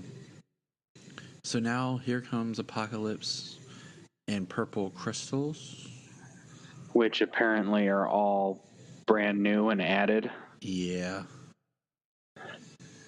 Like, I mean, like, I'm kind of okay with the red. I mean, the skies of Apocalypse are red, but that is more because the planet is like on fire. Yep. With all the fire pits erupting in from the planet. But I prefer the color grade from the trailers. Yes. Before they added the red and all of the lava spikes, the ash spikes, crystals, whatever those are. So, like, I feel like this was a shot that was cut short of them coming up. Like, there was more like of them on the elevator. And I also wondered about certain scenes being altered, because later we'll see a scene where Diana jumps and she's standing there about to take on... Like, where was Alfred when they came up a minute ago? But now he's here on the platform. And it's a CG Alfred right here that's really poorly looking. But, you know, there's a scene coming up where Diana drops down to fight. That in the original trailer, Aquaman and Victor are there, but they digitally took them out. Mm-hmm. See, and then I wonder why he says the fox won't fly that fast, but he says for me it will. It's like, so you can make a ship fly faster than its top speed? Sure, maybe you can disengage the safeties and make it fly faster than it would normally, you know, because it's supposed to not be at full capacity. It's not like you're supposed to run an engine at 8,000 RPM all the time in your car. You know, it has to shift and drop those RPMs down. Yeah. I love Aquaman's rant right here.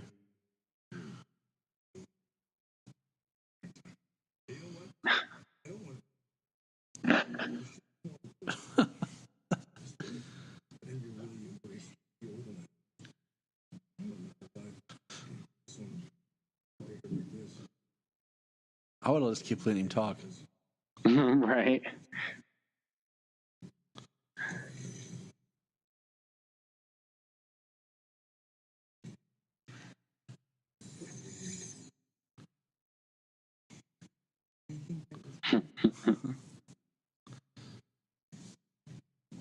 Not over.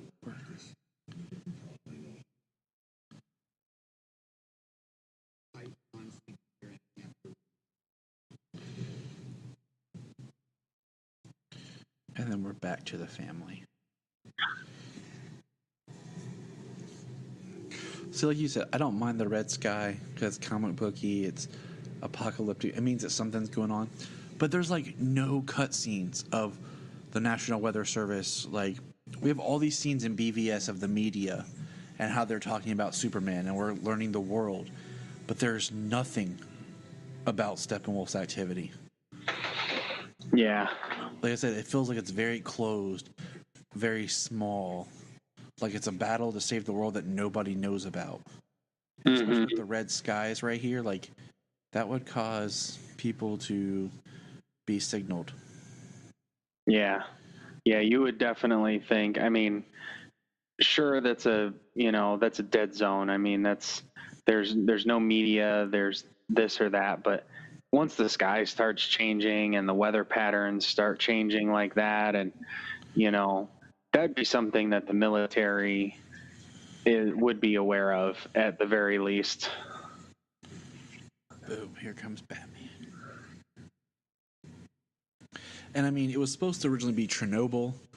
I don't know why they changed it in post. They gave it some made-up name, but originally it was supposed to be Chernobyl.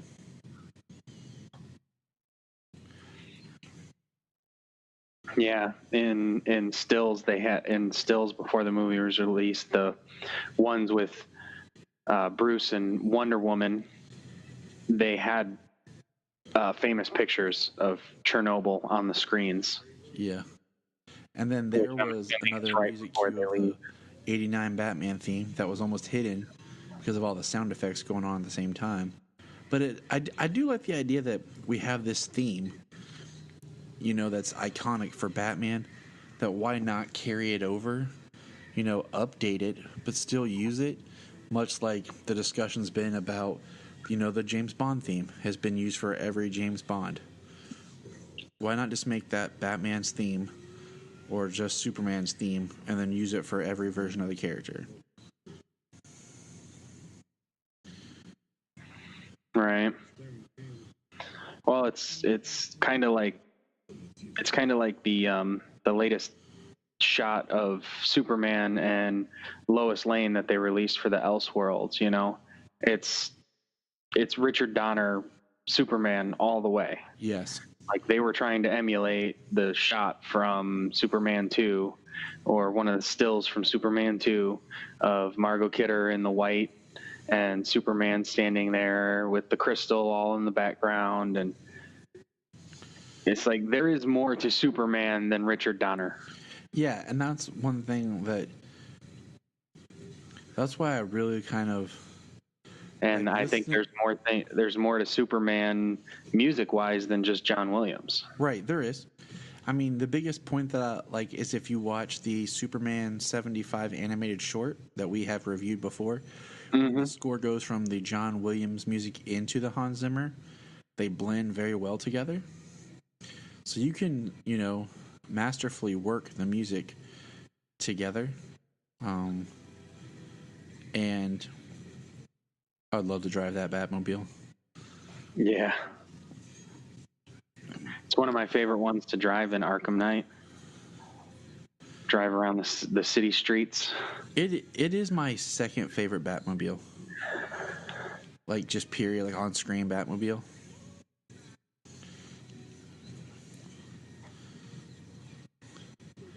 I mean, you can't beat that first 89 Batmobile, but this is such a beautiful hybrid of, like, that Batmobile plus the Tumbler. Mm-hmm.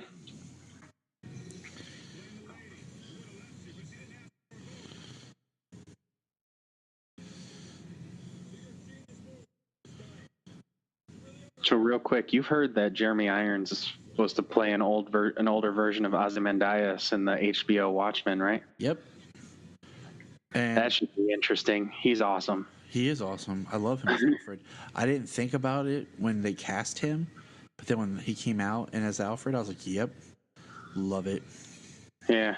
I really want his son. He's one of the standout characters in that original terrible Dungeons and Dragons movie. With Marlon Wayans and what's the name of the kid from the guy from Lois and Clark played the second Jimmy Olsen. Yep, Justin Chamberlain. Yes, yeah. I just wish there was an outrageous right there. Brave and the Bold. What I was gonna say was crap. I can't remember. Oh well. No. I wish Max Iron, Jeremy Irons' son, would play Alfred on Titans, because I really feel like the episode that told Robin's history, where he was like adopted by Bruce and everything, was really lacking. That there wasn't an Alfred. Right here. Here's the Diana scene that originally had Cyborg and Aquaman right next to her that they digitally cut out. But I felt that episode in Titans really lacked not having him someone to interact with, where having Alfred there would have been really great. But then just having, like I said, Max Irons just as kind of a joke, like, oh yeah, the son of Jeremy Irons playing an Alfred. Hint, hint. Right. Oh, it's like, oh man, I can't remember. Laurie Metcalf, her daughter plays her younger in Young Sheldon. Nice. Yeah. She plays Sheldon's mom in Big Bang Theory. Her daughter plays her in Young Sheldon. Well, what's the movie The Predator? You get a small cameo. See, look, here's Flash tripping again, and Batman saving him. He did one good thing of pushing a bunch of parademons down, and then here he is screwing up again. But in The Predator, Jake Busey plays the son of Gary Busey's character from Predator 2. Really? Yeah, it's a very small, like, kind of cameo-ish part, but it's kind of a nod to the existence of that film. Yeah. Well, because there's not many. So, why is Batman using a gun instead of some sweet batarangs? Not enough batarangs in this movie. Well, heck, the only one he throws is at Barry. See, when he said that line, "Now do you see it?" to Cyborg, the scene before that was supposed to be Cyborg seeing Darkseid and seeing a lot more of what the plans and everything were. Mm. The Russian family being attacked by giant purple. But, yeah, Warner Brothers probably like, oh no, it's basically another dream sequence. Let's get that out of there.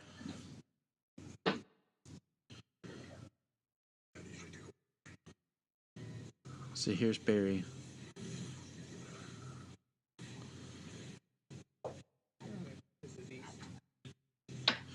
See, do we really need that line? Like, that just makes him look dumb. Barry's smart. Yeah. You know? Like, why can't we have seen him Incredibly rescuing so. other people than that one family?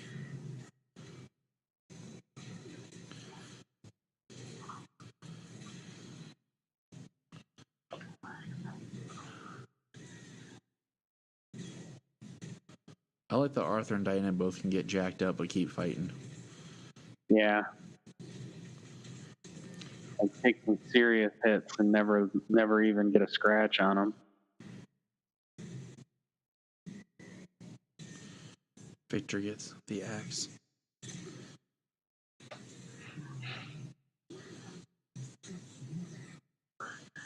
Yeah, I mean the only added dynamic that the Russian family gives is the scene with Superman and Barry saving civilians. Here we go. I like how the camera lowers.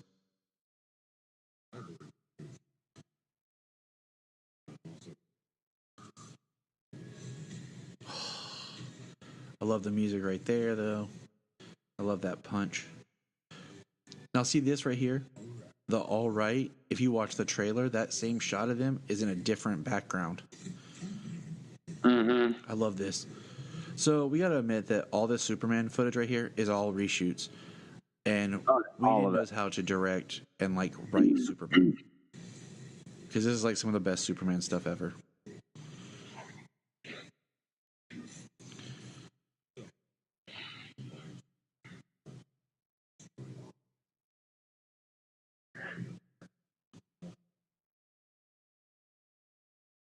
Not like you. So I mean, like, I gotta give him props for that. Like, he knew how to write Superman, and it's some of the best Superman.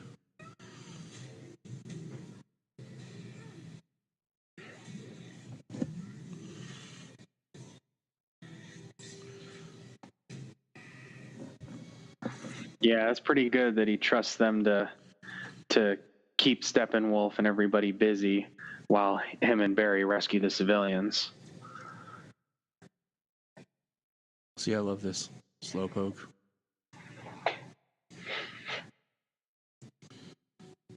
Oh, was he running the wrong direction? I guess.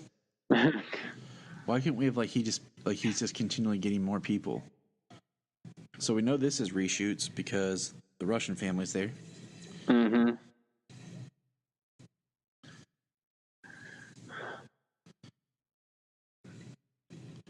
This is great, though. Like, it'd been awesome if you saw people, like, waving.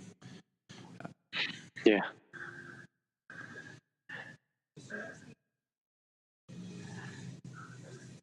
And that's one of those things that, like, Superman has to be able to, like, extend his bioelectric field to be able to maintain the integrity of the building. Otherwise, from the point he's at, the building would crack in half and fall apart. Yes. I love that. He just, boom. Like, I love that he uses his power. Like, he punches, heat visions him down, just toss him out. Like, it just shows, like I said, Steppenwolf, like, once Superman's there, Steppenwolf no longer really matters.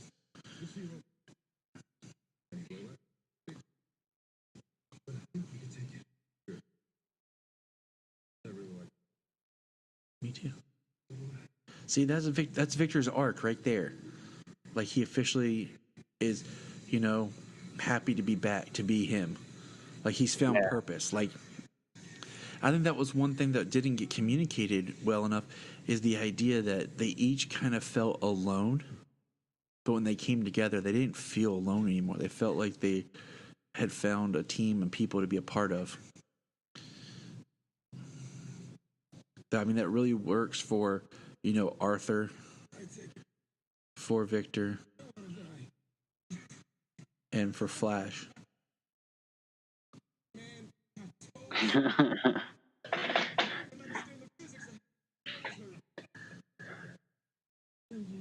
I do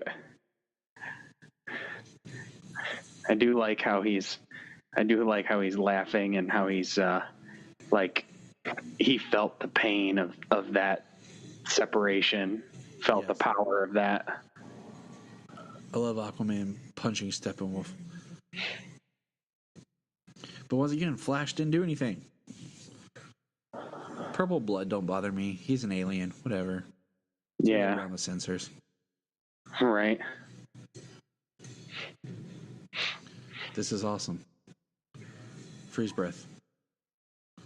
Super breath. Finally. Yeah. Oh, you know what I wanted to tell you earlier? We're talking about reshoots and stuff. If I remember correctly, the bank robbing scene in Superman Returns was done in reshoots. Because there wasn't enough action. The whole movie wasn't enough action, but... I would say that's the most action in the entire film. Exactly, and it was done later, in reshoots. And it's probably one of the best looking parts, too. And there's the Flash just laying there awkwardly. Like... I mean, I get the concept of this right here. I would like it better if it just had been the boom tube opened and Darkseid just pulled him back. And like you heard Darkseid's voice or something. Well, we've got that scene where where everybody's standing together and they're all looking up and they're supposed to be looking up through the boom tube and seeing Darkseid on the other side. As long as it's not like the end of Mortal Kombat where they're all standing there and Darkseid's like, "Your pathetic souls, you're mine." And they're like, "I don't think so." And they all strike a pose to fight. This scene, like this shot's cool, but you can tell that's altered than the one we teased in the trailer.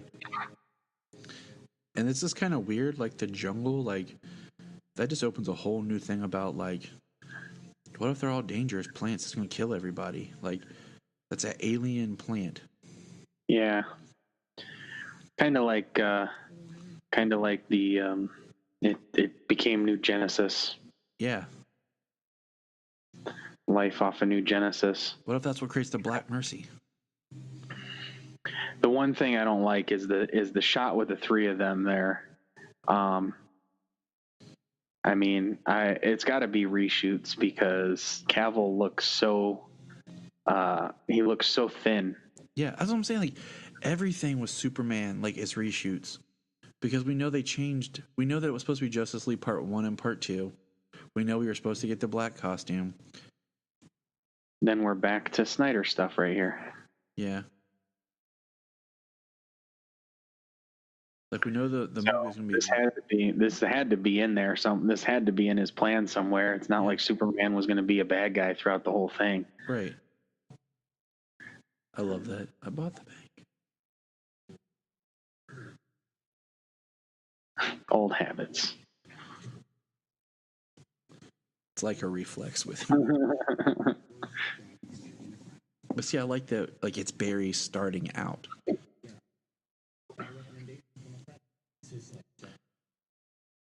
Chop chop.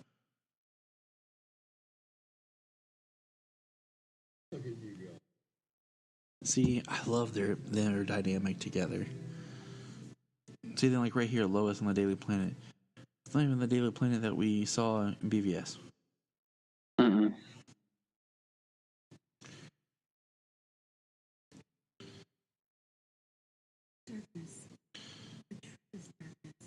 But yeah, I mean, every scene with Superman feels like it was in reshoots because they cut out so much of his story of what he was supposed to do in this film. See, and I want more of this Batman story. Like what happened to Wayne Manor? Tell me about how Robin got murdered by the Joker. The Joker and Harley Quinn, as it would seem, by Suicide Squad. Exactly. Like, Which, I mean, a retcon. Yeah, I mean, a retcon. She could be involved. I mean, see, look, there we get Cyborg right there. He's learning to control it as he's working with his dad.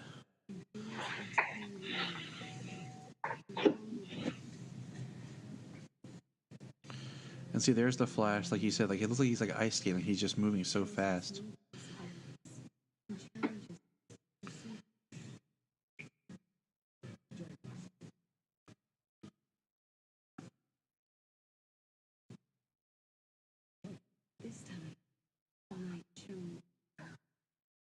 I like what Lois is saying.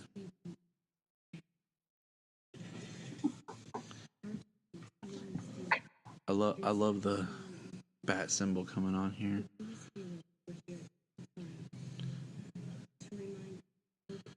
Batman on the rooftop. The Batwing being there is give or take to me. Now, this shot is very important.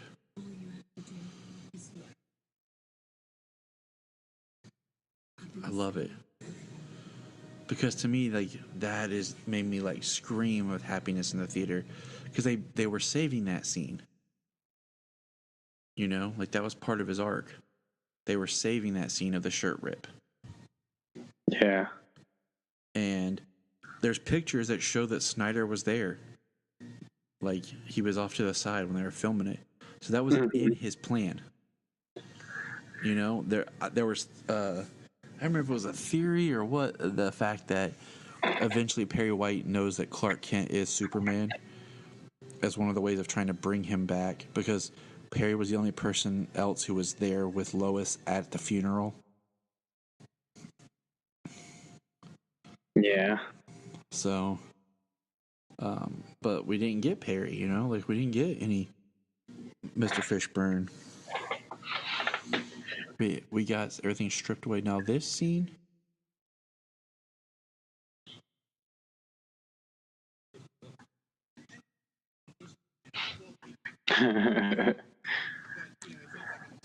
I love this scene.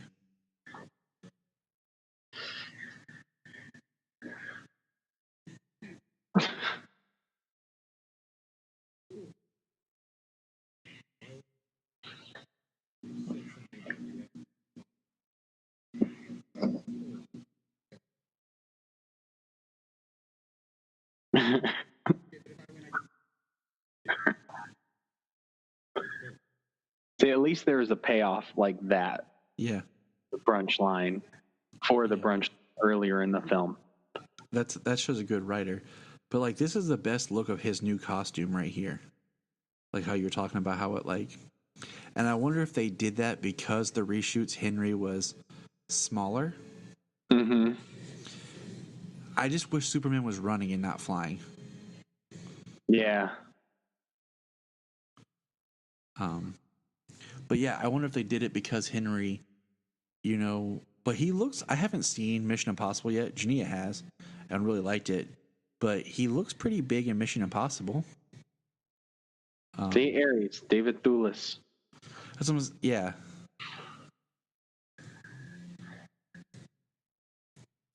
Do we want to watch the credits or we want to skip to the last part? We can skip to the last part. There's no reason to sit through the credits at this point. All right, everybody. Even though this is a great cover, we're going to attempt to scrub. All right, going. Where are you, scene? Up. Okay, I'm there. I'm coming up on it. I'm at the very bottom of the credits here.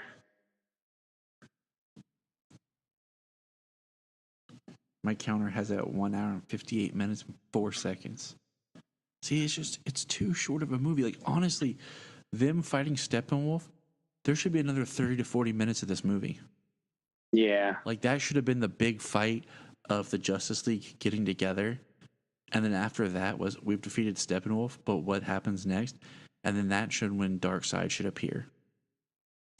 And it should have been, because it feels like by the time they have the what's the big payoff part right there, you feel like, wait, the movie's over? Like, that's it? Like, you're just building. Like, this wasn't supposed to be the end. All right, you ready for this last part? Yeah. Ready to play? God, that suit is so freaking awesome, dude. What suit? Deathstroke. Yes. So I guess there was supposed to be more to this scene. You know, like, There was supposed to be him actually breaking Luthor out. And I mean, the shot of Deathstroke on the boat, like, he looks amazing.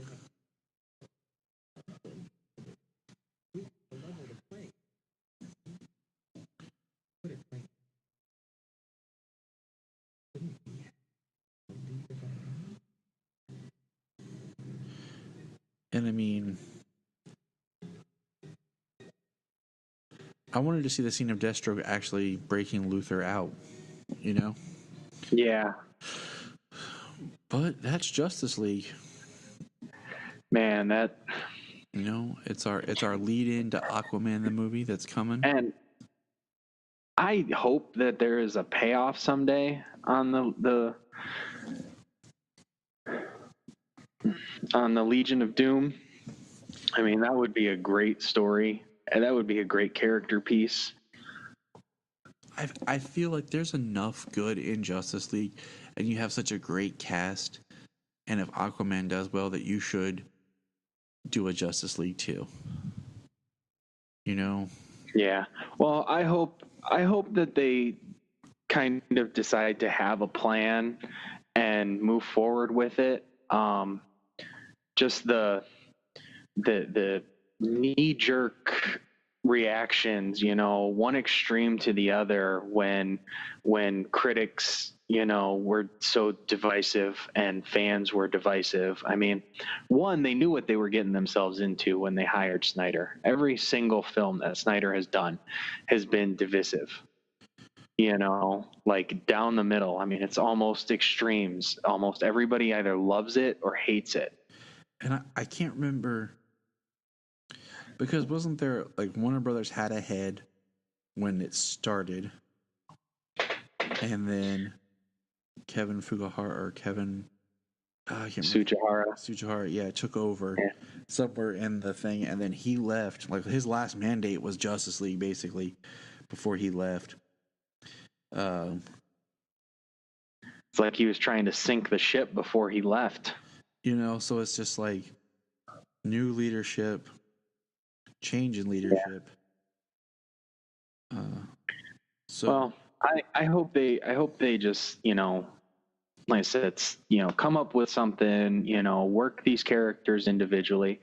The model does not have to be the Marvel model when you come down to it. Yes, Marvel does have the most successful shared universe. DC in the films, DC has it on TV, but it does not have to be a carbon copy.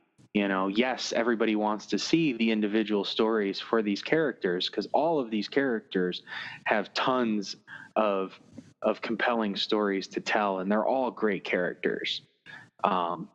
And then people want to see them come together. I don't think that it had to be that way, you know, the way that they started and the way that they came into Justice League, but the reactions that they took, you know, and the decisions that they make, they kept shooting themselves in their foot just from the decisions they made. I think, you know, going into BVS, taking so long to put it out because they were trying to, like, run this stuff all back to back, taking so long to put it out, the anticipation, cutting stuff from it, you know, going with the reactions that, like we said back in Man of Steel, that even carried over to Age of Ultron, you know, the fact of civilians in danger and the collateral damage.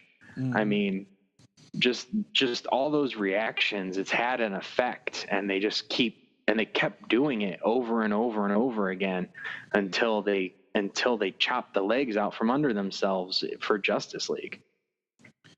Yeah, I mean, they kept swinging the pendulum whichever way that they thought everybody wanted to do, and that was their biggest problem.